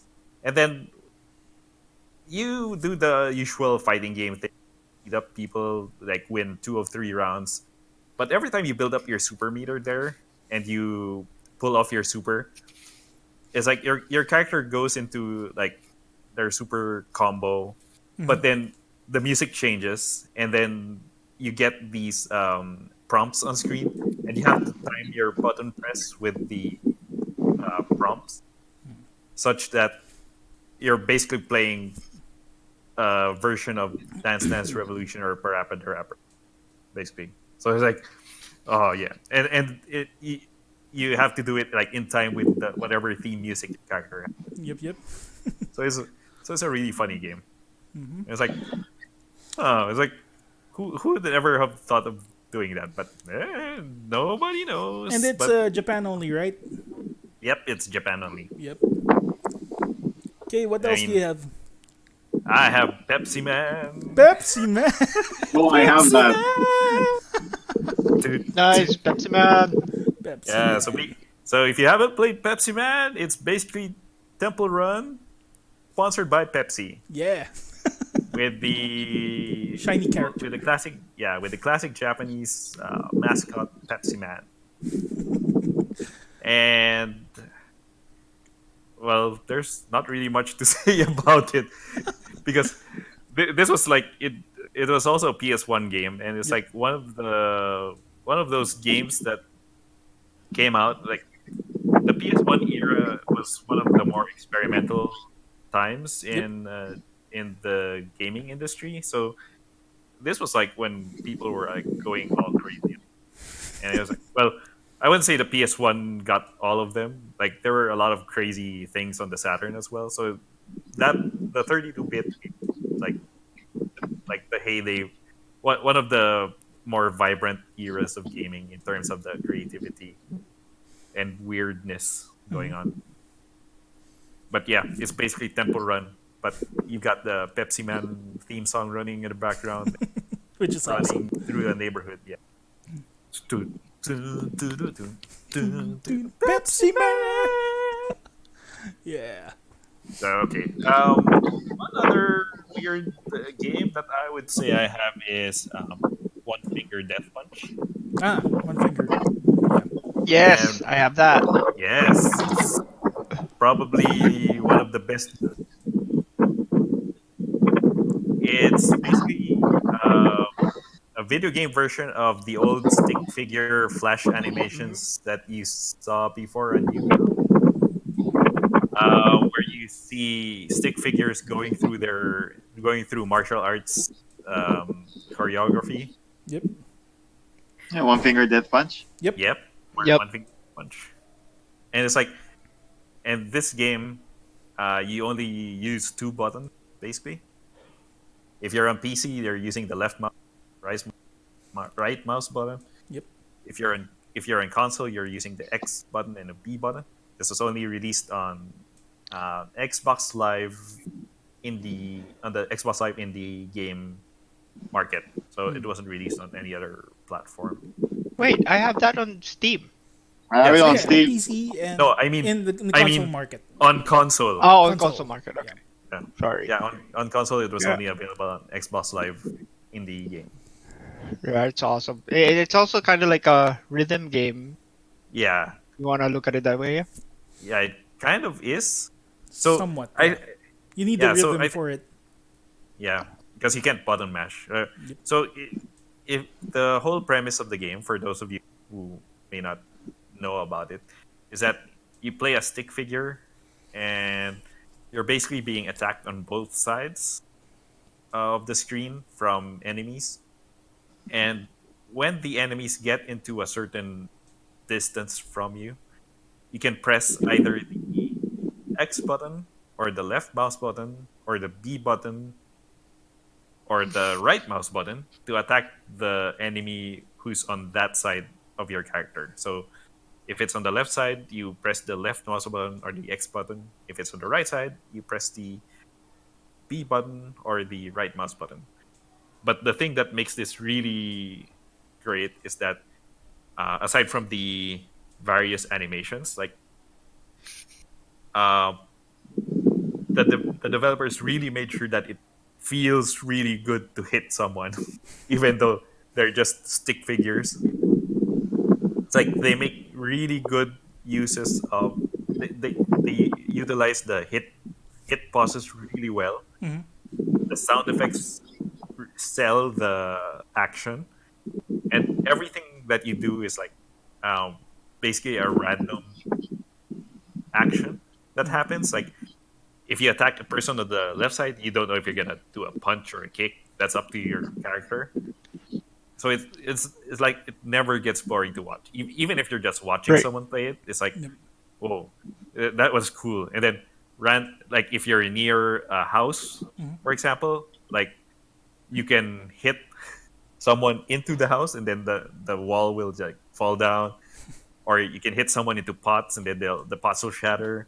And then at random times, it'll just zoom in, and you'll see someone's eye falling out, like Right. zooming into the screen. It's like, Like it, oh, it has finishing moves. Yeah, yeah. oh yeah, It's great.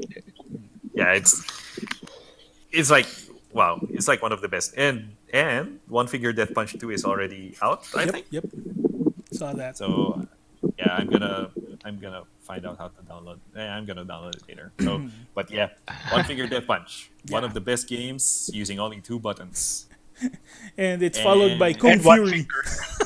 yeah, and one of I guess one other one I can mention is Typing of the Dead, Oh yeah, yeah. Oh, which is where I learned how to type. Like, I'm sorry, Mavis Beacon, but you know, zombies are a much better motivation for learning how to touch type. But basically, the first Typing of the Dead takes House of the Dead 2, the classic light gun game, and it turns it into a typing tutorial Yeah. software. Have you seen the So- arcade machine? Oh yeah, It's freaking With, awesome.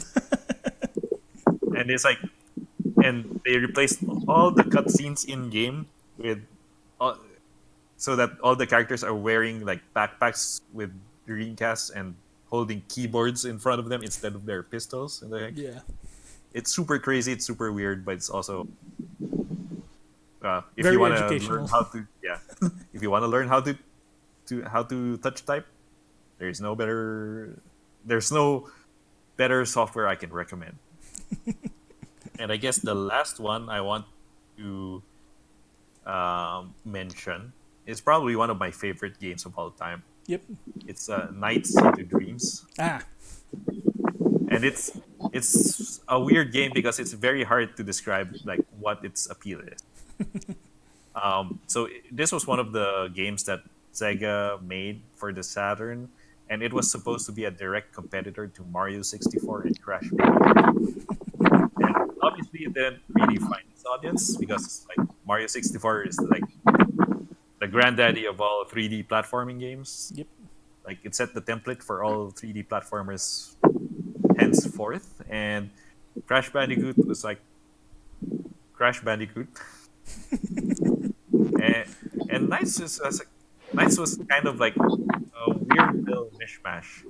It's like um to describe it, it's you play the role of two children who have these dreams where they transform into this jester character called Knights, and it's like you've got you basically do the game basically progresses by you doing several stages, and you can do like stages for the girl who is named Clarice, or stages for the boy Elliot. who's named Elliot. You can do them in any order. Like you can do Clarice's first, or you can do Elliot's first. And each night basically takes the place of a certain dream that they have. And so each stage represents one night and a separate dream. And they go in, and there's a whole bit of lore about why you do all the things you do. But you start each stage as on foot, and you walk around. But basically, um, like these orbs get stolen from you, and I won't go too much into the details of what the lore is. But after these orbs get stolen from you, you have to retrieve them, but you have to become you have to transform into character of Knights, who's the jester kind of thing that you see on the cover. And when you transform into it becomes like it also changes from like a free roaming 3D platform thing into a on rails 2D flying game. Which is why It's you like need the special controller. oh yeah, and That yeah, it round was controller. yeah, it was released with the analog controller for the Saturn, which is basically um, the predecessor to the Dreamcast controller. So if it shifts to a 2D view, and then you fly around the stage, but the sensation of flight you're doing when you're Knights, the sense of momentum is like really perfect. I mean, I can't even explain how great it feels. Like even the HD remasters that they put out, like they released an updated version for the PS2. And They this was released made by the Sonic team, right? yeah, it's made by Sonic Team. Sonic team. Yeah, so even the updated versions now kind of don't feel the same as the original Saturn one. So I still prefer the old Saturn version, but I would say if you haven't played the Saturn version, then the newer versions are pretty interesting by themselves. But Yeah, the soundtrack is good. yeah, the soundtrack is also incredible because it's a dynamic soundtrack. Like the soundtrack, the instrumentations, the arrangement of the songs themselves change depending on the mood of the Nighthope. So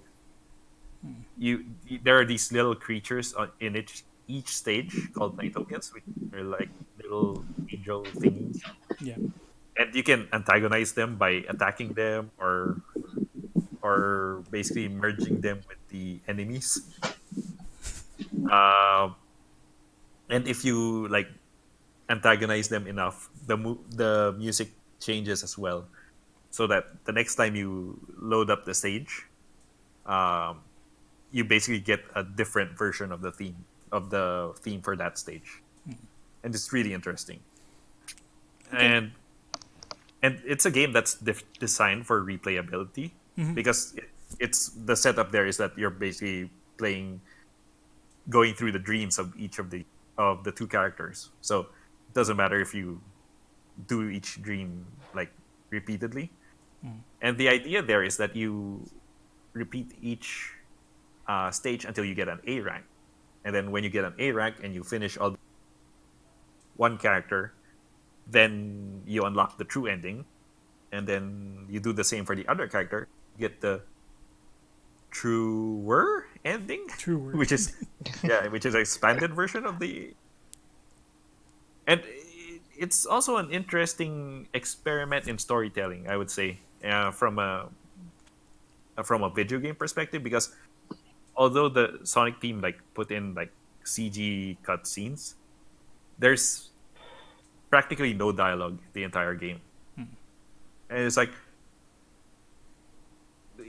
the story itself is like basically a Disney movie kind of story, but but I, even now when I look back and I watch the cutscenes again, it's like it still amazes me that they are able to put a lot of emotion into the cutscenes with no dialogue, and it's basically just visuals and music and maybe some sound effects.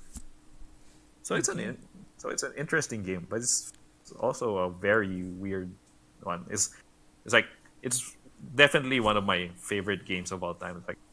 It's like maybe in my top 5. Of course, it's your favorite. It's weird. Oh yeah, oh yeah.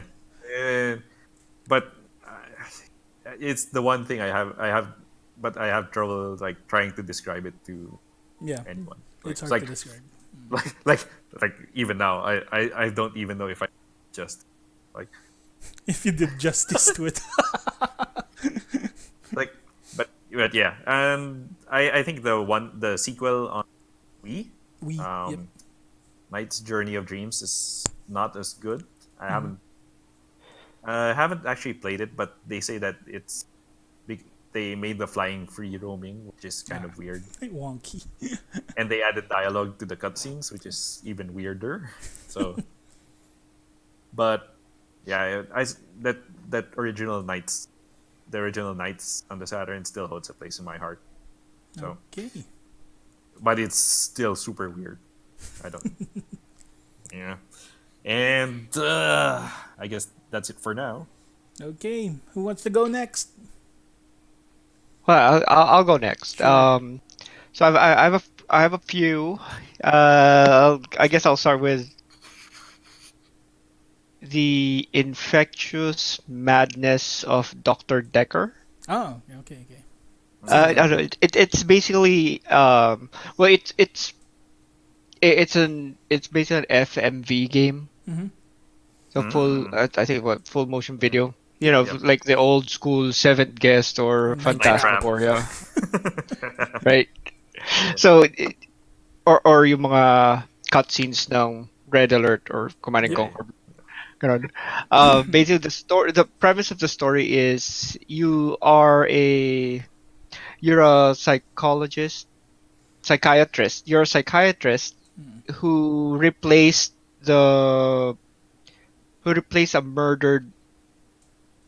Well, who replace? You're basically the new psychiatrist because the previous one got murdered, Mhm. and Okay. then you're gonna have to you're gonna be the one taking care of his old patients, Mhm.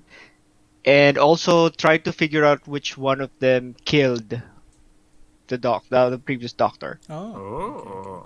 So, and yung the clients or the patients will be there, and of course, full motion video. You're gonna be asking them questions, like pre-selected questions. Pero their answers are going to depend on, of course, on what question you ask them, saka yung if you ask them in the correct order. Parang ganun lang siya. Okay. Parang her, Until her, her I'm story, not sure. Yeah, is it like her Yeah. her story? story. Yep. Mhm. Tapos every level is a different client. Tapos you can reference to the previous client or you take notes and you can use your notes para ma-build mo yung next question that you're going to ask them or whatever. Mm. So yeah, it's very interesting, especially since I mean there hasn't been that many. They don't do FMV games anymore, really, basically. They still do. I Not so played much, right? Night Well, Shift recently. not like the 90s. Not like the 90s, yeah. Right. It's very obscure. It's obscure genre. Uh-huh. And then so that there's that, and then there's that- this is probably the one that I'm almost ashamed that I played, I What? guess. It's called Long Live the Queen. Oh yeah, yeah. Ah, It's kind of like a visual novel yep. princess simulator. Mhm. I see. I guess the closest description I have. So it's kind of like Dr. Decker then. You're presented with scenarios as a princess. You're gonna have to make decisions based off the scenario, and each decision that you make increases or decreases one of your princess stats, and you have so many days before your next birthday where you're gonna be crowned the queen. And then if you don't have enough, if you're not able to build enough of your princess stats, then you're gonna fail as queen. Yeah. So yeah. I got that So installed. and it's very it's very anime like yung art yung art niya. Yep. So it's very nice to look at. I'll try that. The other one, the last one I have is Papers, Please. Okay. Oh yeah, yeah, yeah. Papers, Yeah. please. Yeah. It's very. So you guys played it, right? Yeah, yeah. Or at least seen it. Yep. So I've seen it. you're basically a border officer An or I don't immigration know, officer. immigrations officer, Yep. and then you're gonna be checking the documents of the people who's gonna pass through the border, and if you make a mistake, it could I mean you can either get a pass and or you could possibly have let a terrorist get through the border, and during those trying times it could mean the United fall of States, the game. basically Yeah, I got. There's another game similar to that. I think it's Reigns, where you play a king. Then, if you agree with this person to go with what they want, or you can decline it, then ending it will show you what you actually did. Right? Yung ba yung may Game of Thrones version? Yep. Yep, That's yep, it. yep. Talaga. That's like Tinder, right? It's like Tinder. You swipe left or right. Yeah, yeah. In some way, yeah. That's a good description. Yeah, it's like I'm not sure if it's by the same developer. I think it is. Papers, Tinder, Please, is it? yeah, Okay. Reigns and Reigns Yeah, I think so. Yeah. Reign and Long Live the Queen. I think. Oh, not- Long Live the. Okay. Long Live the Queen. I don't know. Not sure. Kala ko Papers, Oh wait, Please. wait, isa pa pala. I just found this again. It's called Unholy Heights. Oh yeah, I like So that. you're basically the devil. Mhm. So the game is a ano ba siya? It's Apartment like an simulator. apartment simulator slash tower defense. Yep. Oh. So you're the devil and you're trying to trick these lesser demons to be your tenants, to rent an apartment in your building. So but you're of course going to be you're going to be maintaining the building, para kang landlord. You're basically the landlord or devil. So you have to keep them happy because at some point other demons are going to be attacking your building, and these tenants that you tricked into living in your building and pay your rent and all that stuff are going to be the ones to defend are going to be the ones to defend your building. Parang dungeon keeper. Yeah. Uh, I just looked it up. The developer for Long Live the Queen is not the same as the one who reigns. So Ah, my bad. Oh. My bad. okay. Pero that's interesting. Yung rain, ano yun? Reigns. Reigns. Rains. I'm gonna Like check that out. REIGNS. It's on the Switch as well. Yeah, it's on sale, I think. it's on sale as in it's being sold or it's Oh no, Like, it is on like- sale. Like It's on sale. $2.99. Yep. what? $2.99. On Steam. Uh-huh. Yeah, let's see. Ah. I Oh. think also on Switch, it's also on sale. Yep. Also on the iStore, Apple iOS. Store. App Lahat Store. na on sale. Unholy Reigns is Yeah, to also some- in Switch as well. Yeah. So if you want it handheld, yeah, you can do that as well. Oh, I think Paper Please did. Well, Papers, technically, Please, if you I get think so. if you get it on your iPhone, then technically it's still held. Oh, true. Yeah, iPhone. Yeah, iOS. Yep. Okay, is that all for you?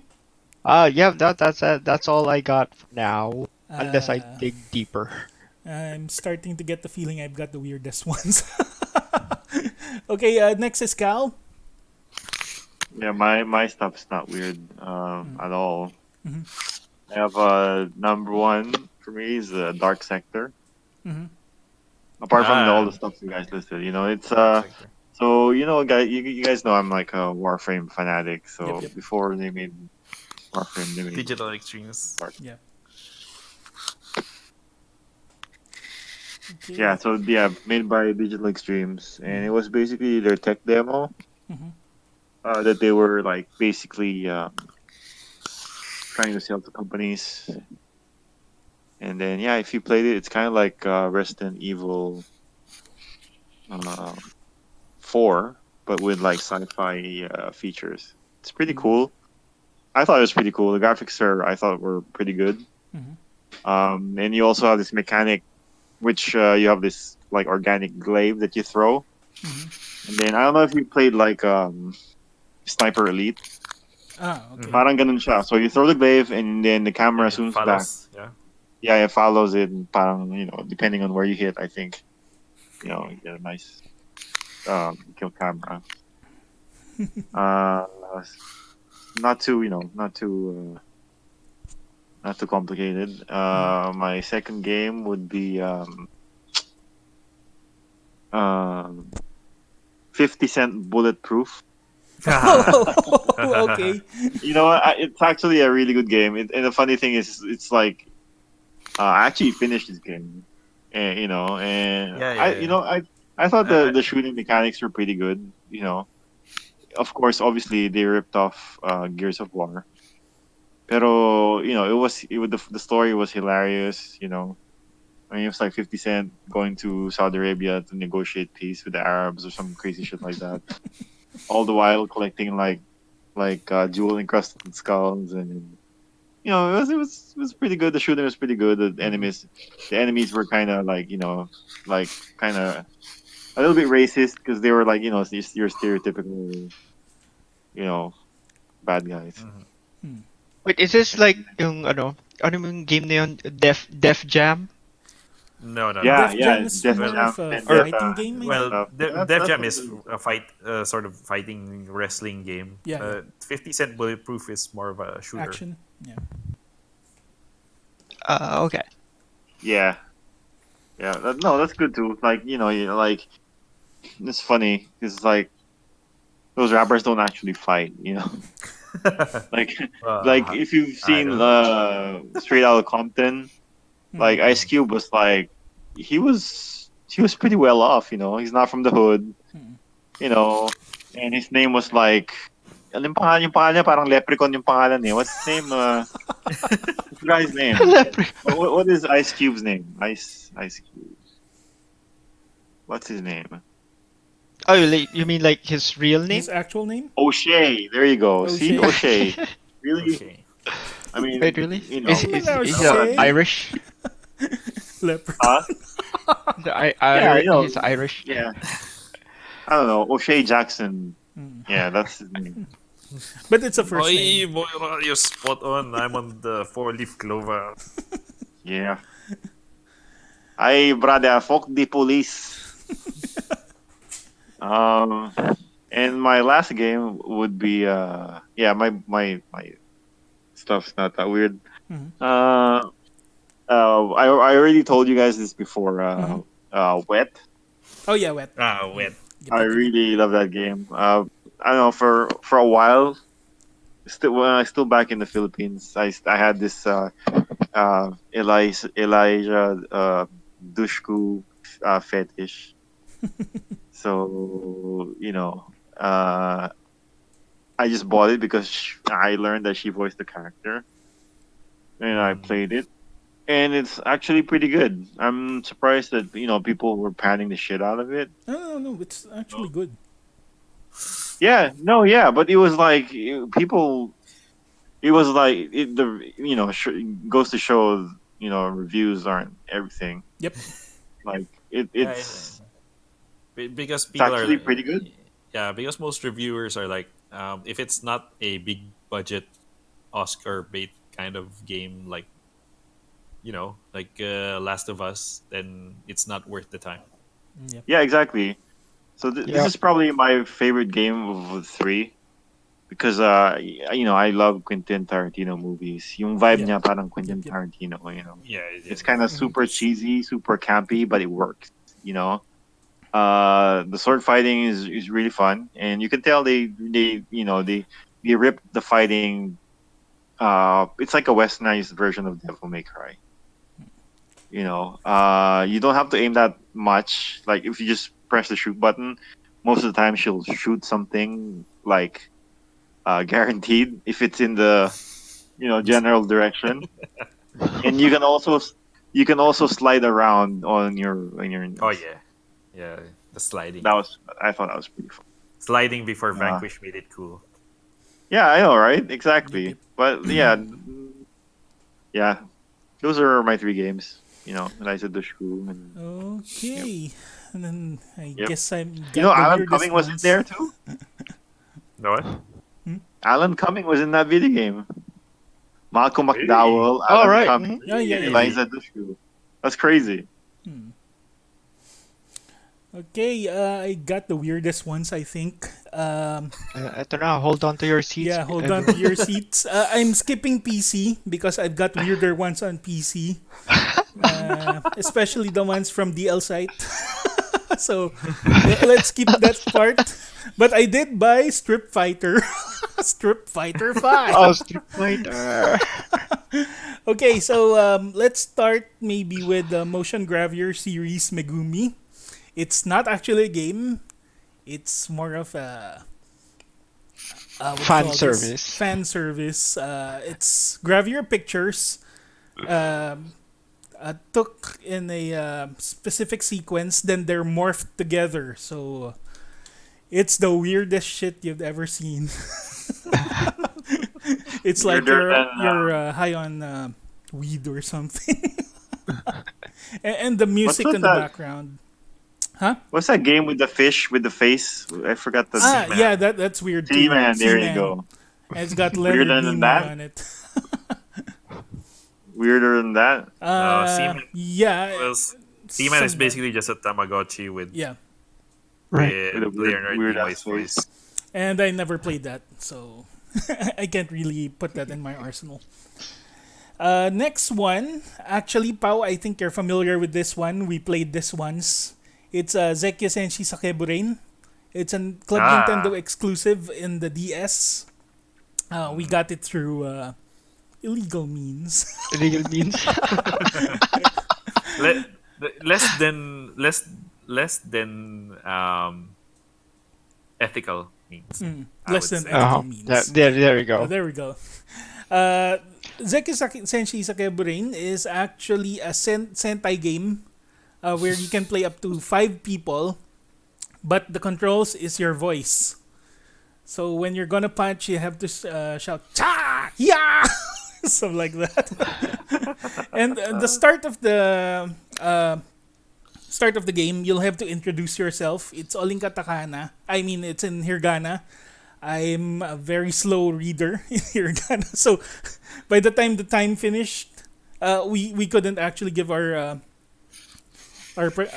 introduction, because if you did your introduction right, fireworks will explode behind the character, like Sentai fashion. And when you get to the boss, you'll have to introduce yourself again. And we have a hard time reading that. And whenever you're going to do your finishing move, you'll have to shout out your finishing move, which requires reading Japanese again. So you know it didn't go well, but we did kill a boss, which is fine. One boss. One boss. You said this is on the DS, right? Yes, the first DS, DS. Yeah. The first DS. Oh, so I don't know, it took advantage of The your mic microphone. and DS and Yeah. all that. Okay. It was a new Yeah. thing. The next one I have is Cooking Fighter How. This came out on the PS1. This was the time where Gamelandia was still a thing, and 3 for 100 pesos. Oh, yeah. So yeah, this was The less than ethical. less than the ethical less than means. ethical So free for- majority of Correct. these games are less than ethical. Acquired less than ethical means. This is G Gundam crossed with Cooking Master Boy. So description itself is weird, right? The gameplay is weirder. This is somewhat of a fighting game. You go against someone else on the top of the map, and it's a top view, I believe, if I remember it right. I'll stream it sometime because I got a really good PS1 emulator. I guess I'll just scan the ISO and I'll play it. Maybe I'll stream it sometime. I won't of course, it's not monetized. You'll be there's ingredients all over the stage. You'll be slicing the ingredients, especially the livestock chickens. And when you're almost done especially with the live ones, you'll do a shining finger on them to cook them up. Fantastic game. If I see an original of this, I'll buy this. Thing here is it's very obscure. You won't find it anywhere. Yes. Next one, Yoshinoya. Yoshinoya Ah. was released on PS2. It's Diner Dash with boss battles. So Is it like Nice. making huh? sponsored by Yoshinoya Restaurant? It is It is. a limited run game by Yoshinoya. So Like the food chain? the food chain, exactly. The The beef food bowl restaurant. beef bowl restaurant. Yeah. So So it's like sneaking. huh? Sneaking, yes. It's like in a way, sneaking. yeah. The way it was promoted, it's like sneaking. You can only the buy Japanese it did it first. in Yoshinoya restaurants, if I remember it right. So Wait, it's that's like sneaking. seriously? Yeah, yeah. Yep. So the thing here is, it's like Diner Dash. You'll get customers go in. Someone will sit down. Actually, you can control the way where they're seated. So please go here, something like that, so that you'll have a better way of controlling the wave of the customers. Then they'll start ordering stuff. So it's assigned to the circle, X, triangle, and square. So it's a rhythm game in some way. Then when a certain part comes, a boss or a food critic will appear. Yeah, food critic, Yoshinoya, Yoshinoya. fantastic. So yeah, that's where the mini games come in. So a mini game where there's a bar that goes up and down like a bowling game. It tells you how much rice you're going to put on the bowl. Then another bar again to tell you how hot the bowl, the beef will be heated up, and then you'll sprinkle some magic or something by rotating the thumbstick stuff. it's a it's a really weird game. Then when you give it to the critic, there's like a versus screen. You'll have to mash the circle button so that the critic will be overwhelmed by your aura or something like that. And then when the critic actually tastes your food, usual manga fashion, they will do that overacting. Oh, it's so delicious, stuff like that. It's a fun game. If I find my disc, I'll actually try and stream it. It's a lot of fun. Next one, we got. Actually, this isn't that much of an obscure or weird game if you own the Neo Geo CD. Samurai Spirits Bushido Retsuden. That's actually the Samurai Spirits RPG. So, since it's a very old game, they already released translated ISOs, so you can play it in English. It's just basically Samurai Showdown in RPG fashion. That's basically it. Turn-based RPG. Turn-based action. It's not an action RPG. It's turn-based RPG. So yeah, what more can I say? Well, is that weirder than King of Fighters Kyo?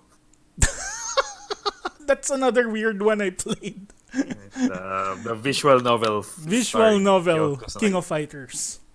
Yeah, thanks for adding that. Because I have a lot. I can't find everything, but there's a lot here. The other one I played was Tulip. This is very weird. It's for the PlayStation 2. The objective of the game, it's like what's that? Harvest Moon. The gameplay is like Harvest Moon, but your objective is to kiss the girl of your dreams. Triangle is to kiss someone. So you can kiss anyone and get a slap on the face. Yeah. Yes. I got it running on an emulator recently, and it's still funny as heck. So yeah, you'll improve your because you're a guy that actually just moved in, so your reputation is not that good. So you'll be doing stuff to improve your reputation so that you can kiss anyone. Anyone? Anyone. Actually, when I got that kiss function, I went to the neighbor. The neighbors, I started kissing them, then they started smacking my face. Yeah. That sounds like Donald Trump simulator. Kiss the babies. Okay. So it's a very weird game. But Kiss the porn star. Yeah, now that you mentioned it. Uh-oh. But that's for PC. Anyway, it's for 3DO. 3DO, I got a hold of Keith's 3DO, so it's currently with me. There are vivid interactive games in that, and Vivid Interactive is a adult film series kind of things. AV. Yeah, it's AV. Animal videos. Animal videos. Those animals. So, if you got the 3DO, more or less, you may have one of their discs. So, yeah. Weird and obscure. That's how we'll go. Next one is PS1 again. This one is original. I got it from PlayAsia. Rurouni Kenshin, Junyushi Indohen. It's the RPG Rurouni Kenshin game. Rurouni Kenshin had a rock, paper, and scissors mechanic. So it's kind of new to me. You'll be fighting people using rock paper scissors mechanic. So But yeah, but what? so it's a guessing game.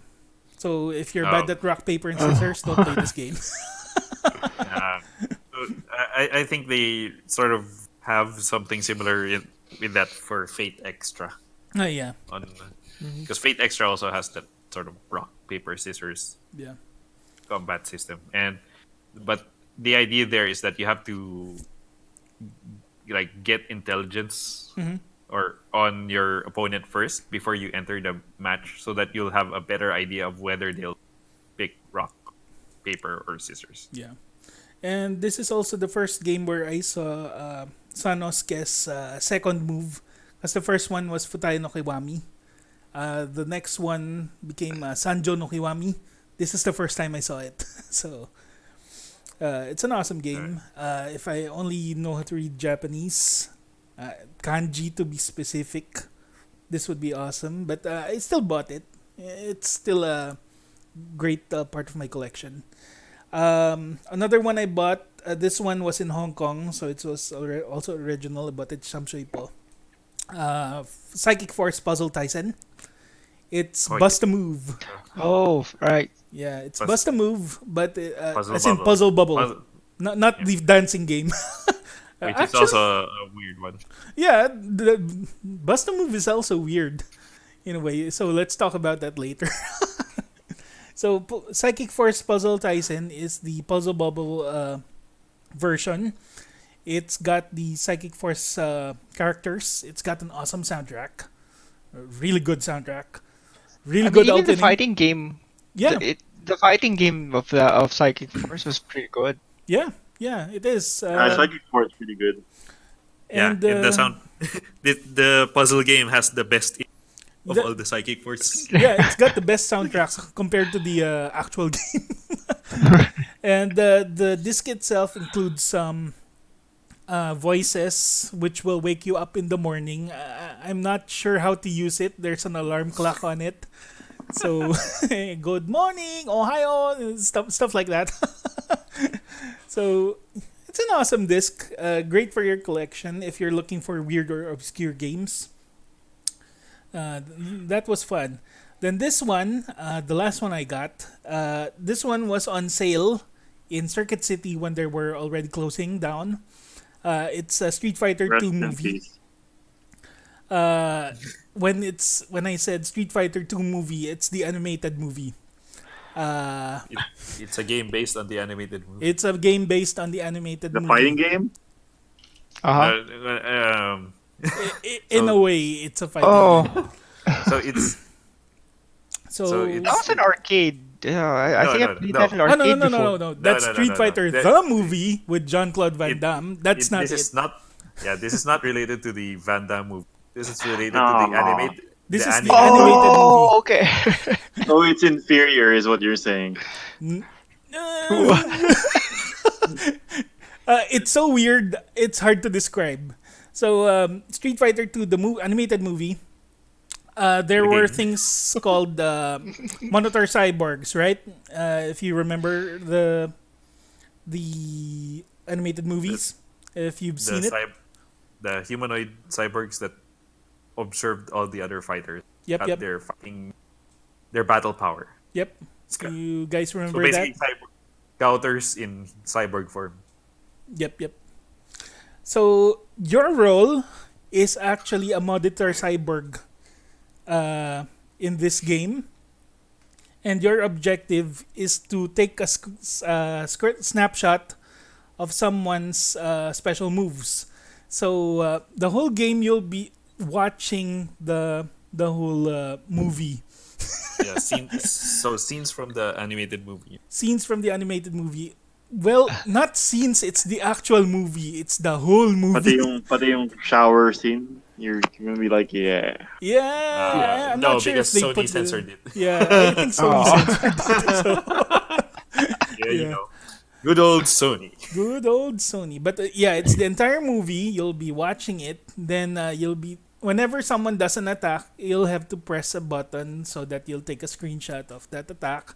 It adds to your stats. So At the end of the game, you'll be fighting Bison in original Street Fighter fashion, but depending on the amount of moves you have actually clicked on or uh, Took a taken picture of. taken a picture of, it will improve your stats. So that will drastically end the ending, change the ending. So if I'll just say the ending because I'm sure no one of you will play this. If you done well and you finished Bison, what happened is Ryu actually dies. Actually, you'll fight Ryu in the end, pala, not Bison. You'll be fighting Ryu. If you win against Ryu, you'll see the ending where the cyborg will be walking on the ending. If you've seen the animated series, it's Ryu who's walking the streets. Then Bison shows up on a truck. So replace that with the cyborg. The cyborg is the one walking now because Ryu actually possessed the cyborg in some way. He took a lot of moves of Ryu to the point that he absorbed Ryu himself. So it's the ending with the cyborg. But if you lose, it will be the normal ending of the animated movie. So there. That's all of the games I've got. Actually, I also got Ayumi Hamasaki's visual mix. It's more of a concert editor. You'll be watching Ayumi Hamasaki's concert, and what you can do there is you can change the angles where you can see the concert itself, and you can put special effects. It's just a video editor basically, so I can't really say if it's a game, but it's very obscure. So And there was that yeah. there was that Nami Amuro digital dance mix on Saturn. Yeah, Where, she also had that. where So those yeah, are very but obscure games, but yeah, this is the one I but that one actually used own. like the Um, Saturn one had actual 3D models so that you could actually move the camera around. Whoa, that's awesome. Better look for that. Visual Mix, I bought it in a closing manga store in Makati Cinema because a Japanese guy owns it and he sells a lot of secondhand stuff that includes Dreamcast, Saturn, and PS2. So I bought it. Some of them were Dreamcast games, but this was the weirdest one I've got. Ayumi Hamasaki's visual mix. And actually, I got a lot more, but I'll have to dig through my stash. I mean, we're not even touching the obvious Made in Wario or Yeah, it's not you know, even like there. Made in Wario, I got one on Wii U. I don't have one in the Game Boy versions because I never owned one. Unless you count DS as a Game Boy Advance. But other than kind of. that, that's just the fingernail of the whole Oh, weird games that I oh, own. I forgot. Since you mentioned DS, I suddenly remembered. Mm. Feel the Magic. Oh yeah, that's so weird. Feel the magic. XXYY. Uh, XXXY. XX. XYXY. Yeah, okay. XYXX. No, XYXX. That is so weird. Especially the one where he got swallowed the fish from the fish bowl. And you had to make the guy vomit up the goldfish. Oh yeah, speaking of mini games, I also had Tondemo Crisis or Incredible Oh. Crisis. There's this there's this one scene there where it's actually cut from the US version release, Incredible Crisis. The Ferris wheel. The Ferris wheel where you're I don't know if he's touching up his on his secretary. Massaging the secretary. Yeah, it's Something. like you're looking for her G spot or something. He probably is. So when you actually achieve your Objective there, fireworks will come out. Yay! So there's a lot of weird games, Yeah. but Why, why does that sound like a Japanese version of Leisure Suit Larry or something? not No, no. really, not It's just that one No. game because because the you entire play as the whole family. so basically the entire game there is a set of mini games, and each chapter focuses on a specific family member trying to make it home Yep. in time for grandma's birthday dinner. So yeah, weird game. I- Yeah. So the first chapter focuses Word. on the dad, salaryman, and what's I think it's like the elevator. the first mini game you do is the radio aerobics. Oh yeah. The exercises, Exercise. the exercises for post work or something. Yeah. And then after that, you get chased out of your office by a demolition wrecking ball. Yeah.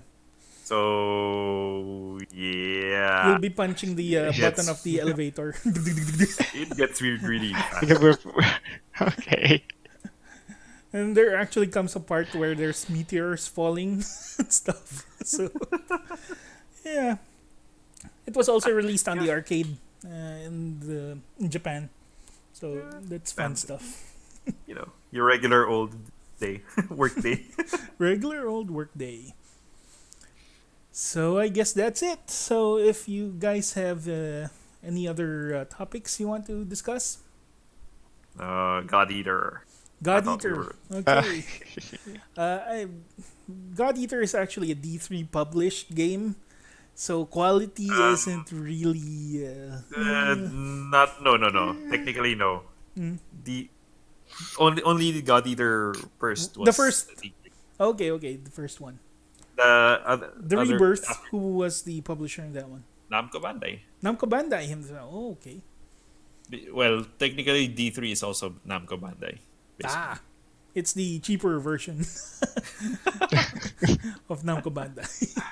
They're going to be releasing the budget games.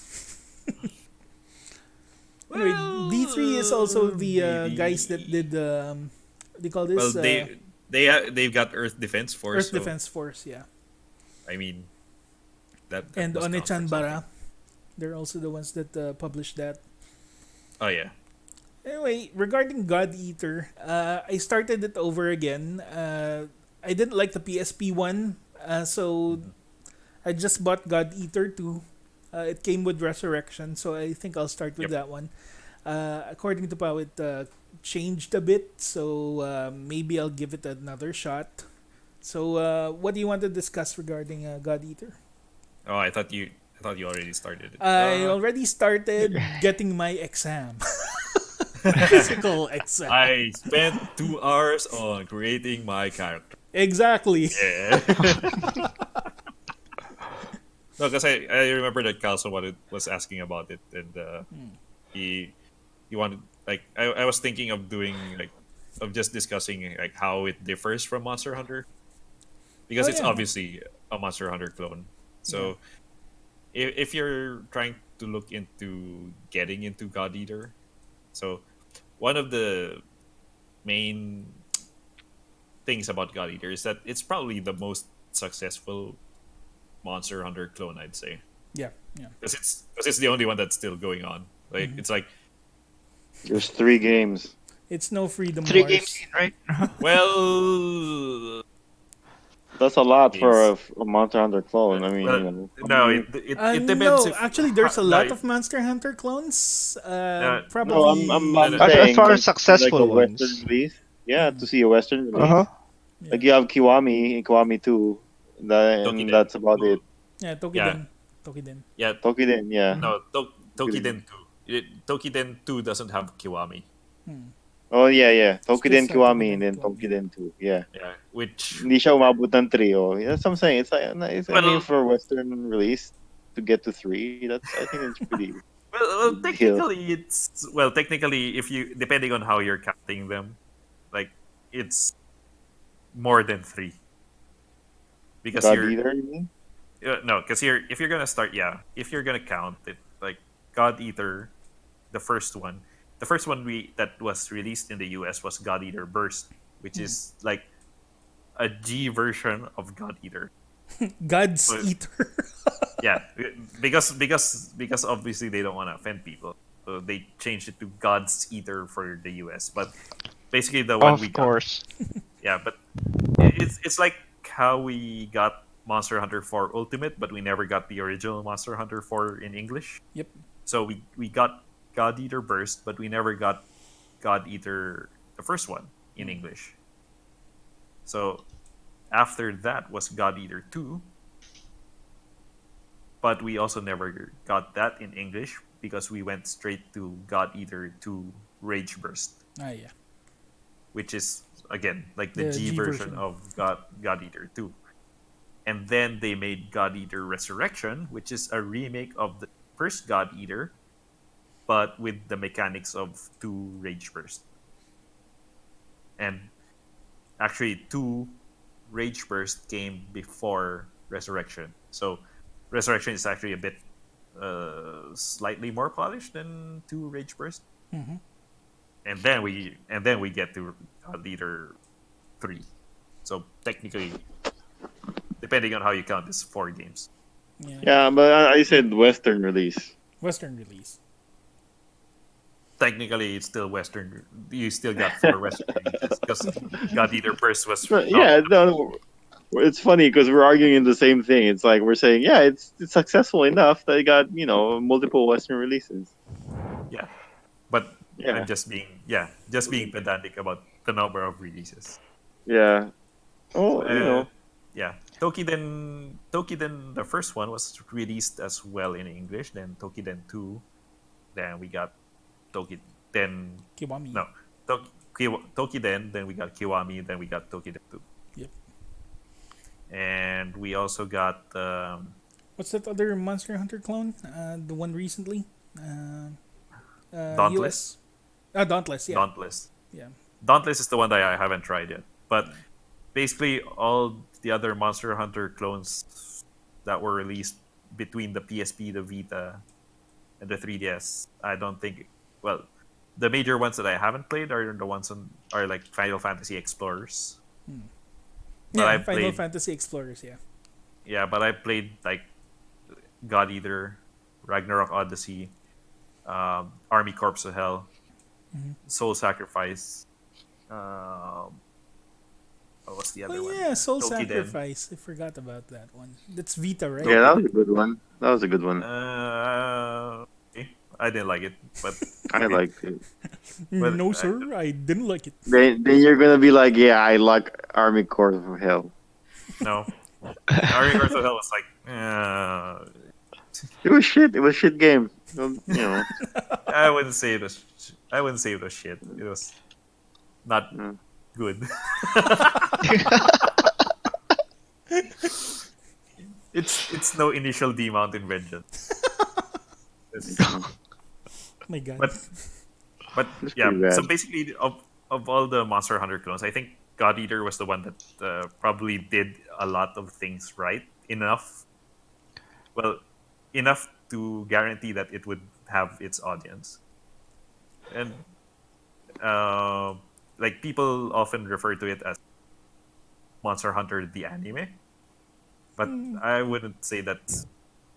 I would say that's right in some ways, but it's not exactly all encompassing. It's like because if you think about it, like Monster Hunter as a game also kind of feels anime-ish, Yep. especially Generations. Like Especially Generations. it's a lot more goofy than people think it is. Yep. And God Eater Yep. is like more edgy edge lord. Edge Lord. Yep. Yeah. Guys. And it's like it reminds me a lot of like if you say Berserk versus Konosuba or something. Like they're both anime, but the tone is completely different. Wow, that's a What the drastic change. Berserk and Oh, yeah. Konosuba. Yeah, so it's like I can't No. say that God Eater is like Monster Hunter anime because anime Well, no, itself was I agree because the theme itself because I've seen I guess a few episodes of the God Eater anime. Yep, yep. Mhm. Yeah, it's kind of dark. Yes, it Yeah, is. it is. If you've seen Black Bullet is actually the closest I've seen of an anime that kind of is very similar in tone Hmm. to God Eater. Yep. Uh, Aside from the God Eater anime. well, Yeah. because the God Eater anime itself changes a lot of things Mm. from the story by necessity because Hmm. it introduces more of a dynamic storyline. Like the first episode of the God Eater anime, the main character, which is supposed to be your character in the game, like he pretty much skips out on his whole exam and disregards orders and just goes out into combat. You know, the usual maverick rogue kind of thing. Um, but you can't do that in the game. So it's like it's different enough that it kind of gives the anime a different kind of feel. Yeah. But Because the game has to have a tutorial. yeah, the game sort of still follows that you have to have these missions. Yeah. Like you're Yeah, basically a so a you more can learn the obedient ropes. soldier. Yeah, you're Yeah, following you're protocol. yeah, you're a more obedient soldier than the main protagonist in God Eater the anime. So yeah, that's why it reminds me of Black Bullet in a way because you're basically taking missions and then completing missions. Um, but one of the things that God Eater does well is that they were the one of the first ones to have like a big interconnected stage rather than Monster Hunter's zones. Hmm. So that was a big deal back Back when it then. first started on the PSP. Yeah, Yeah. and combat goes a lot faster than Monster Hunter. So I would describe it more as a frictionless Monster Hunter, Okay. um, because it also reduces a lot of the grinding that Monster Hunter does. Although there's still some grinding that you can do, but like I've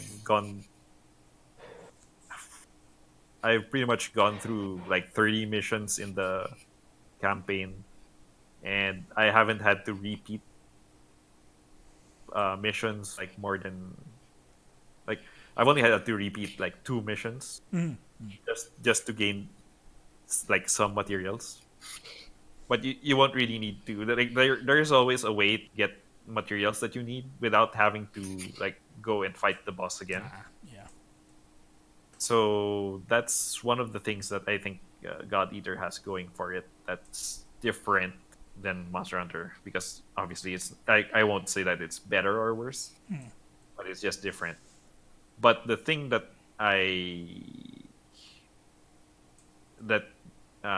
dislike about God Eater compared to Monster Hunter is that the combat doesn't feel as nice. It's not that Like I said, polished. yeah, like I said, it's a frictionless version of Monster Hunter. Yeah, So it's like really floaty, you Mm. know. yeah, but but on the other hand, I I really like the concept that you all have like melee and a long range weapon at the same time during any mission. Yeah, but I don't like the controls. The controls kind of suck for me. It's like it's not very Yeah, intuitive, you know. Yeah. yeah. So Hard to actually, get used to. I think so. Yeah, because the thing there that is that it still follows the old Monster Hunter type of controls where Hmm.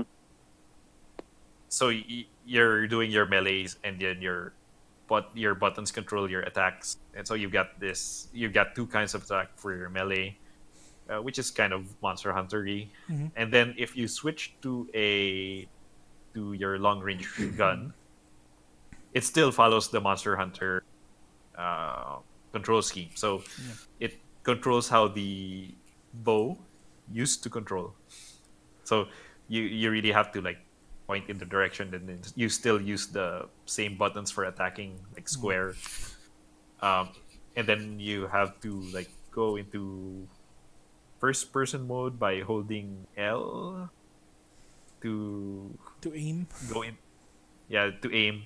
So it's very like it's janky in the same way that old Monster Hunter is janky, Yep. but I think that it's I think that it's something that you can sort of get over after like a couple of hours. But then, yeah, it's like if you like went with the series from the start, then it's something that you're just used to. Sort of like how old Monster Hunter players are used to the claw on the PSP.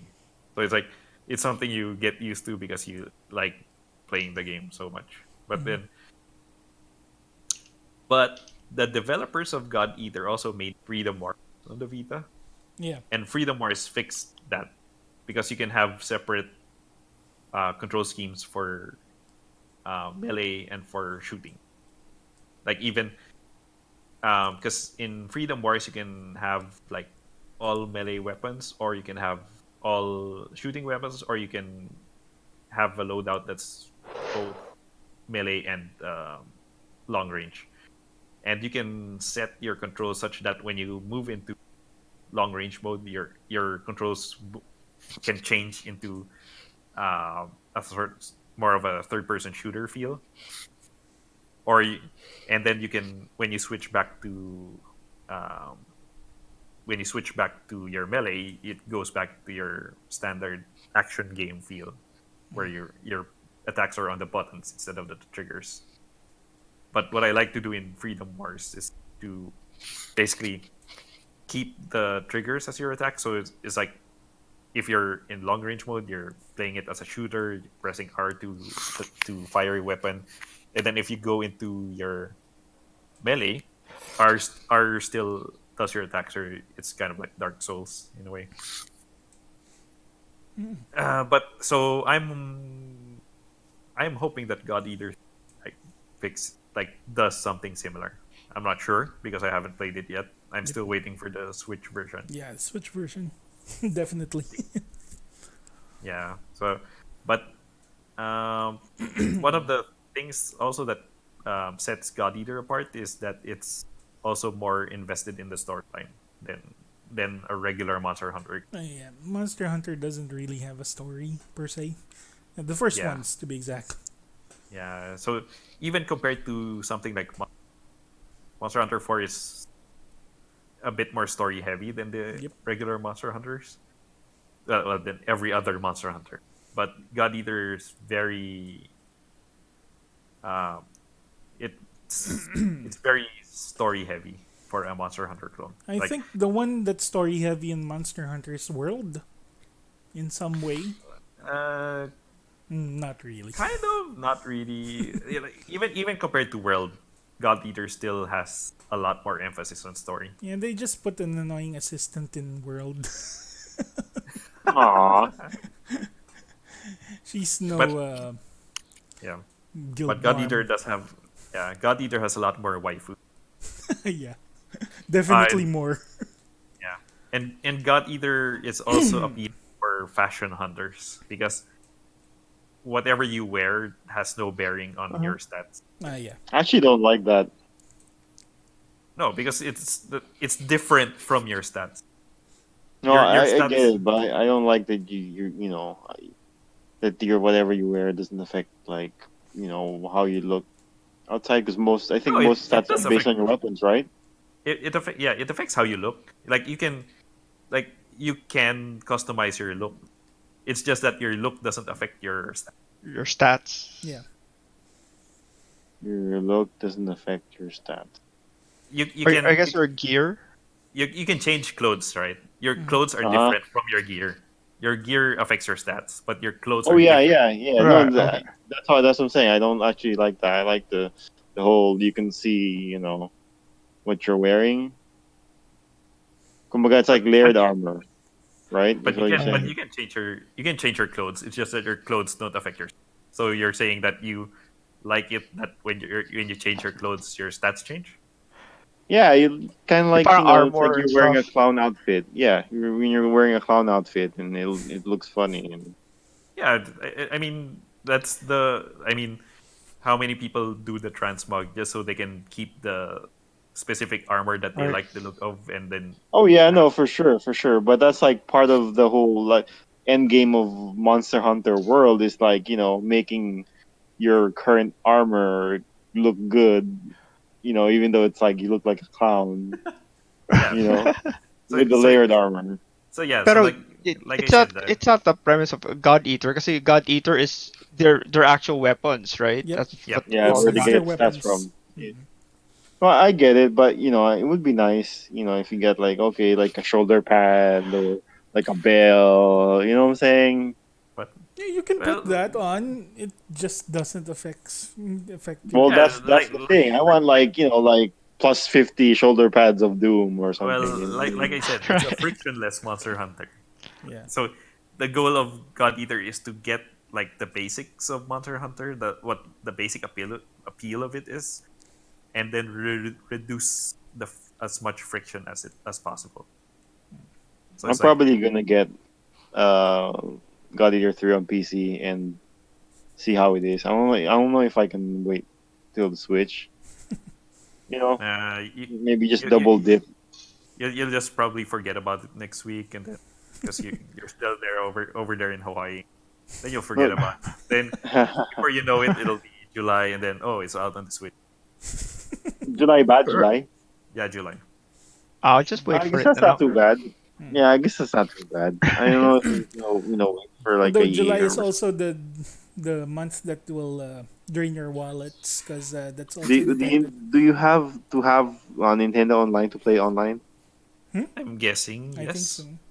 But you can play Oh, that local, so Oh, that's the sucks. thing But about I don't have any I local like about friends. the Switch. If you don't have online, just meet up with your friends and play locally. But if I Well, I mean, guess I don't know because like Warframe doesn't have you can play online with people Ah, yeah, even though yeah. you don't have the Even though, yeah, uh, because yeah, because that already came out before Nintendo.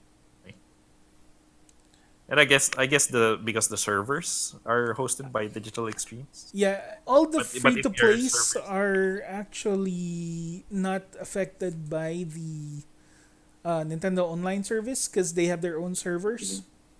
yeah, So yeah, yeah, because basically Well, if they're Warframe is leveraging pretty their own, is pretty shitty. It's like when you're going on missions, it's like person to person. yeah, so yeah, if it's leveraging the infrastructure of Nintendo, then that's when they have to charge you for Nintendo Online. yep, yep. But most free to play games won't usually do that, or they'll probably monetize you in some because it's the same for. So I don't know if how Warframe works on the PS4, but I think like a lot of free to play games on the PS4 don't require PS PS Plus. Plus, Mhm. but on it's just on Xbox Live where every online game is Xbox Live Gold. Yeah, I right. don't know. I thought it didn't require it, but I might be wrong. I thought I thought any online game you have to have PS PS. Plus. So yeah, Yeah, there are to be some able to free to group play up. games. Yeah, there are some free to play games that don't require PS Plus. Let's see if I can find it. The only thing I liked about PS Plus is if there's one person that subscribed to PS Plus in the same system, everyone else can use PS Plus. That's the same also for Xbox. Yeah. As long as long like I think it's the same. Isn't it the same for Nintendo Online? Like anyone on the mm, same Switch I can use don't it. think so. I don't think my Japanese account can connect to Splatoon compared to the US account. I don't know. I think I'll try later. Okay, if, like for example, Fortnite on PS4 doesn't require PS Plus. Yeah, yeah. Fortnite definitely. I'll be Planet using Side. Epic servers. Okay, so basically all the free to play games on PS4 don't require PS Plus. Oh really? Yeah. So I think the On same That's goes what PS4? with the That's what Reddit says, but don't trust anyone. Don't trust anyone. Trust no one. Okay. So, But yeah, God Eaters. God Eaters, probably my favorite Monster Hunter clone. Um, but yeah, it's a different kind. So I like that it's a different kind of game. It's not like Tokiden. Tokiden is basically Monster Hunter, but instead of monsters, you get Oni. yeah. So Yokai. God Eater yeah, Yokai. Yokai Watch.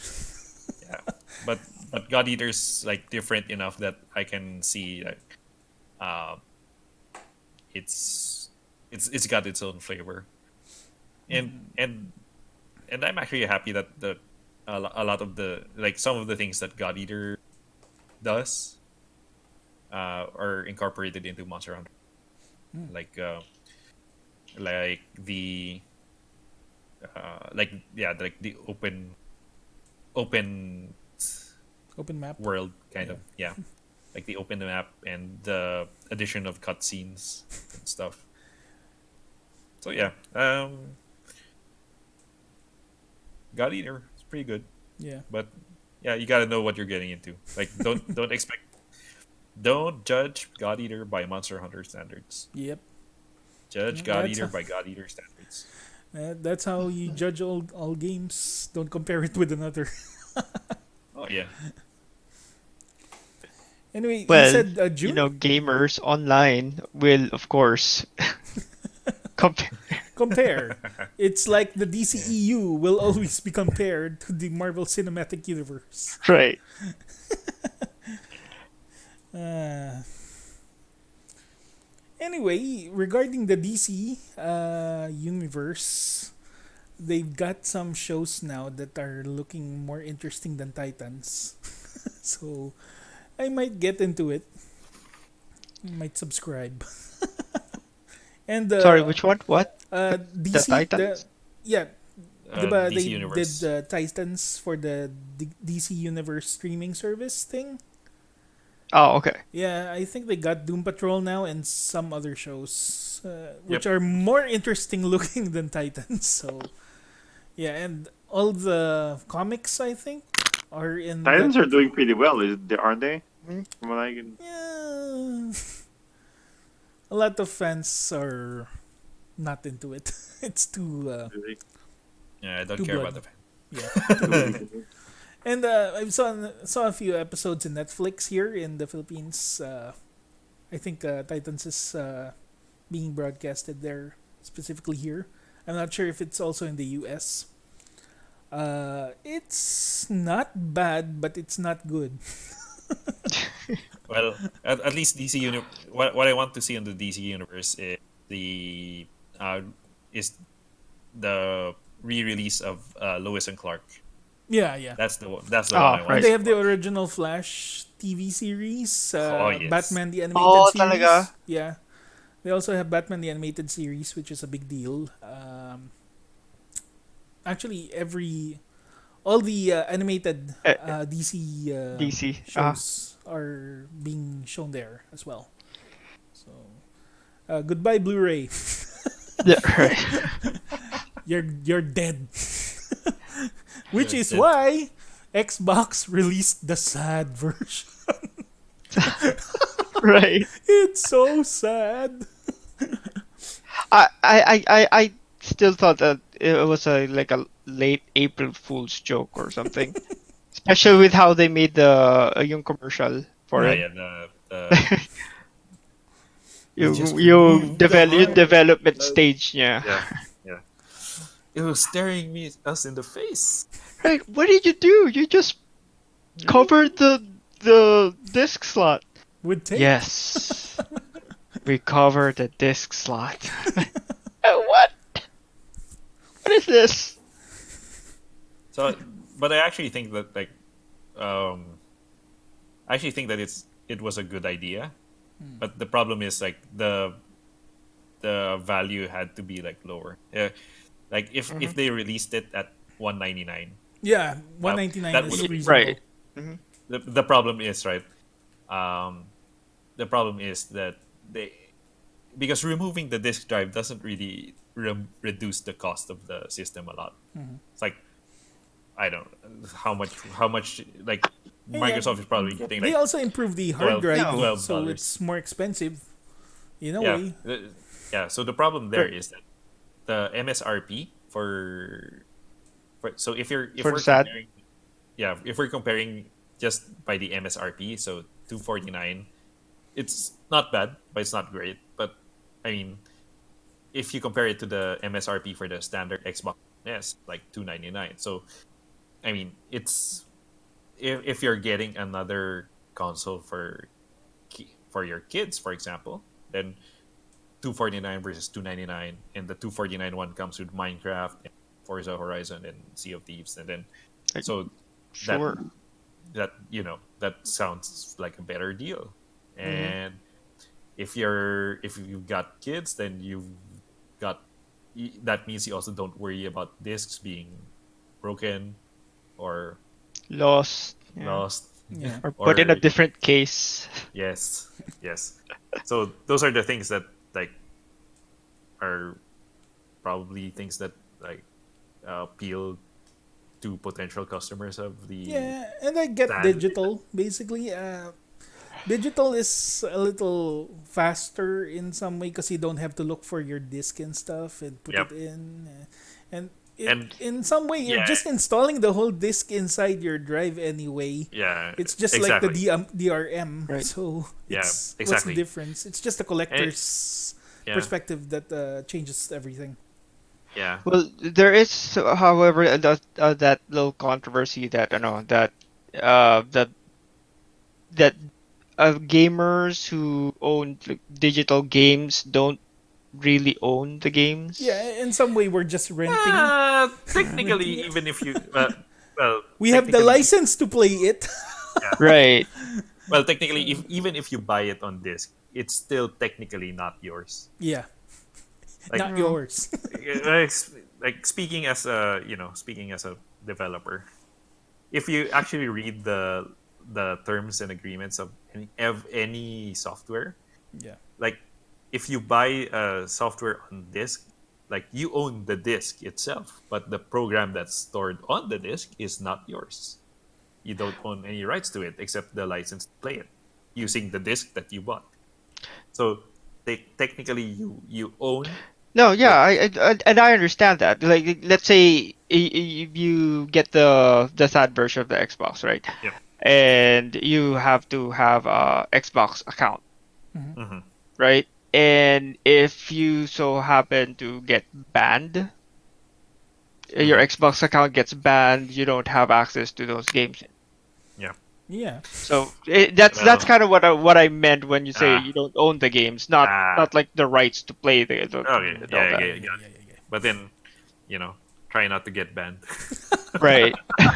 Like you'd have to do Which is some the difference really shady things. if you still play the games from a physical disc. Yeah.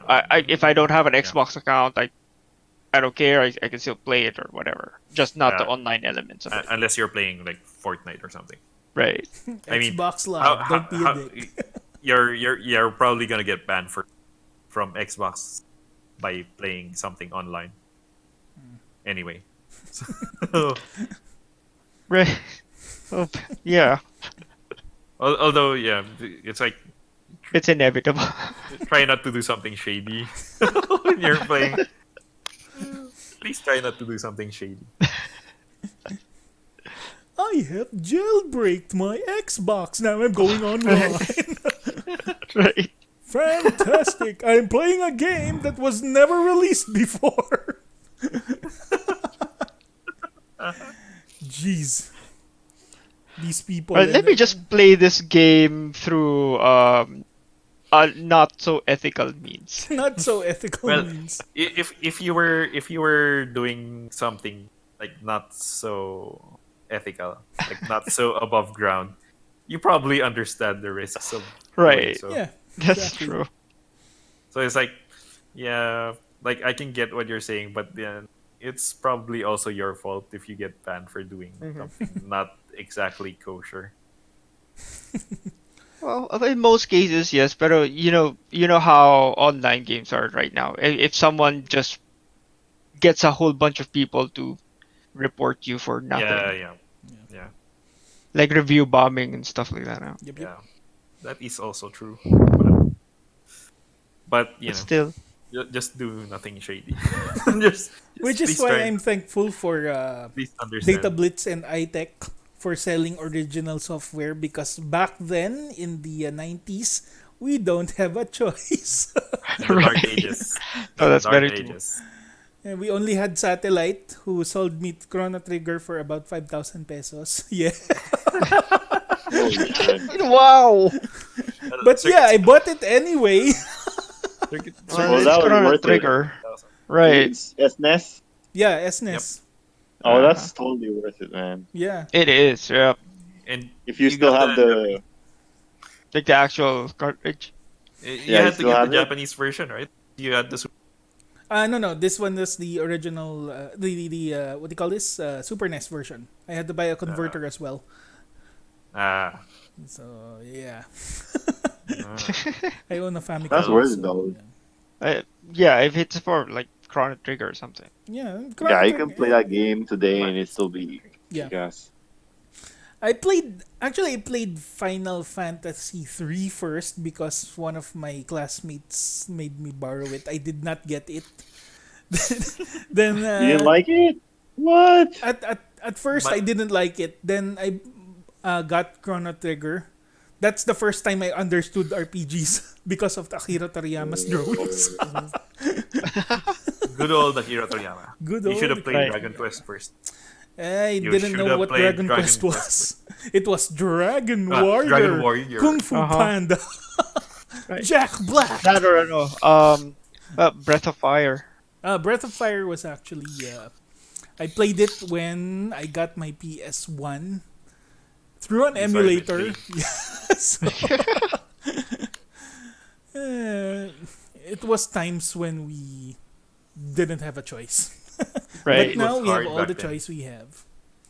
What was it before yung mga emulators that you stick into the SNES console? The Like the UFO drive. UFO or the UFO, yeah. Yeah. The UFO UFO. drive. My cousin Where had you, that UFO you copy it into a floppy disk. Floppy disk. 3.5 floppy disk. Then you load them up into And the Uh-huh. cache, everything gets and then you glitched out. play.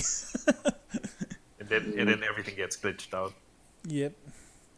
Well, some of them worked fine. It's like Oh, yeah. hardware emulated. Kasi I remember a lot of yung mga video game cafes noon Yep. where you could Yeah. play SNES games all had those. Yeah. Yeah, because that was the Well, safest way. Nobody would. also the cheapest way to Yeah. be able to let other people play the same game at Yeah. the same time. Yeah, and Nintendo never had jurisdiction in the Philippines in the first place. I mean, there was a store named Nintendo, and they don't sell Nintendo games. I still remember that story. Uh, that story. The good old Nintendo. Like, there was this one time that a foreigner went into the Nintendo store and she was looking for Game Boy Advance Game. games, and the lady in the store said they don't have Nintendo game, and the foreigner just said, "Are you telling me this is a Nintendo store, but you don't sell Nintendo games?" Yes, that's exactly what I'm telling you.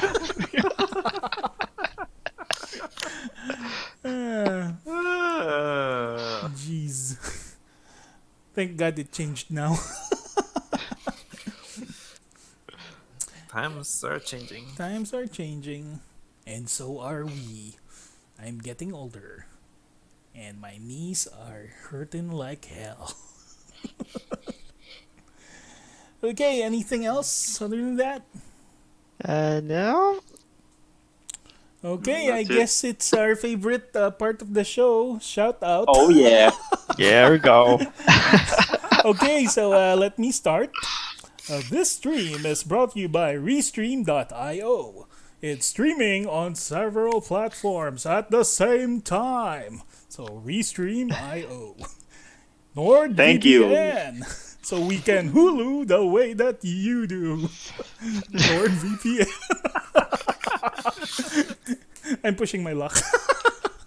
I might get the sponsorship, man.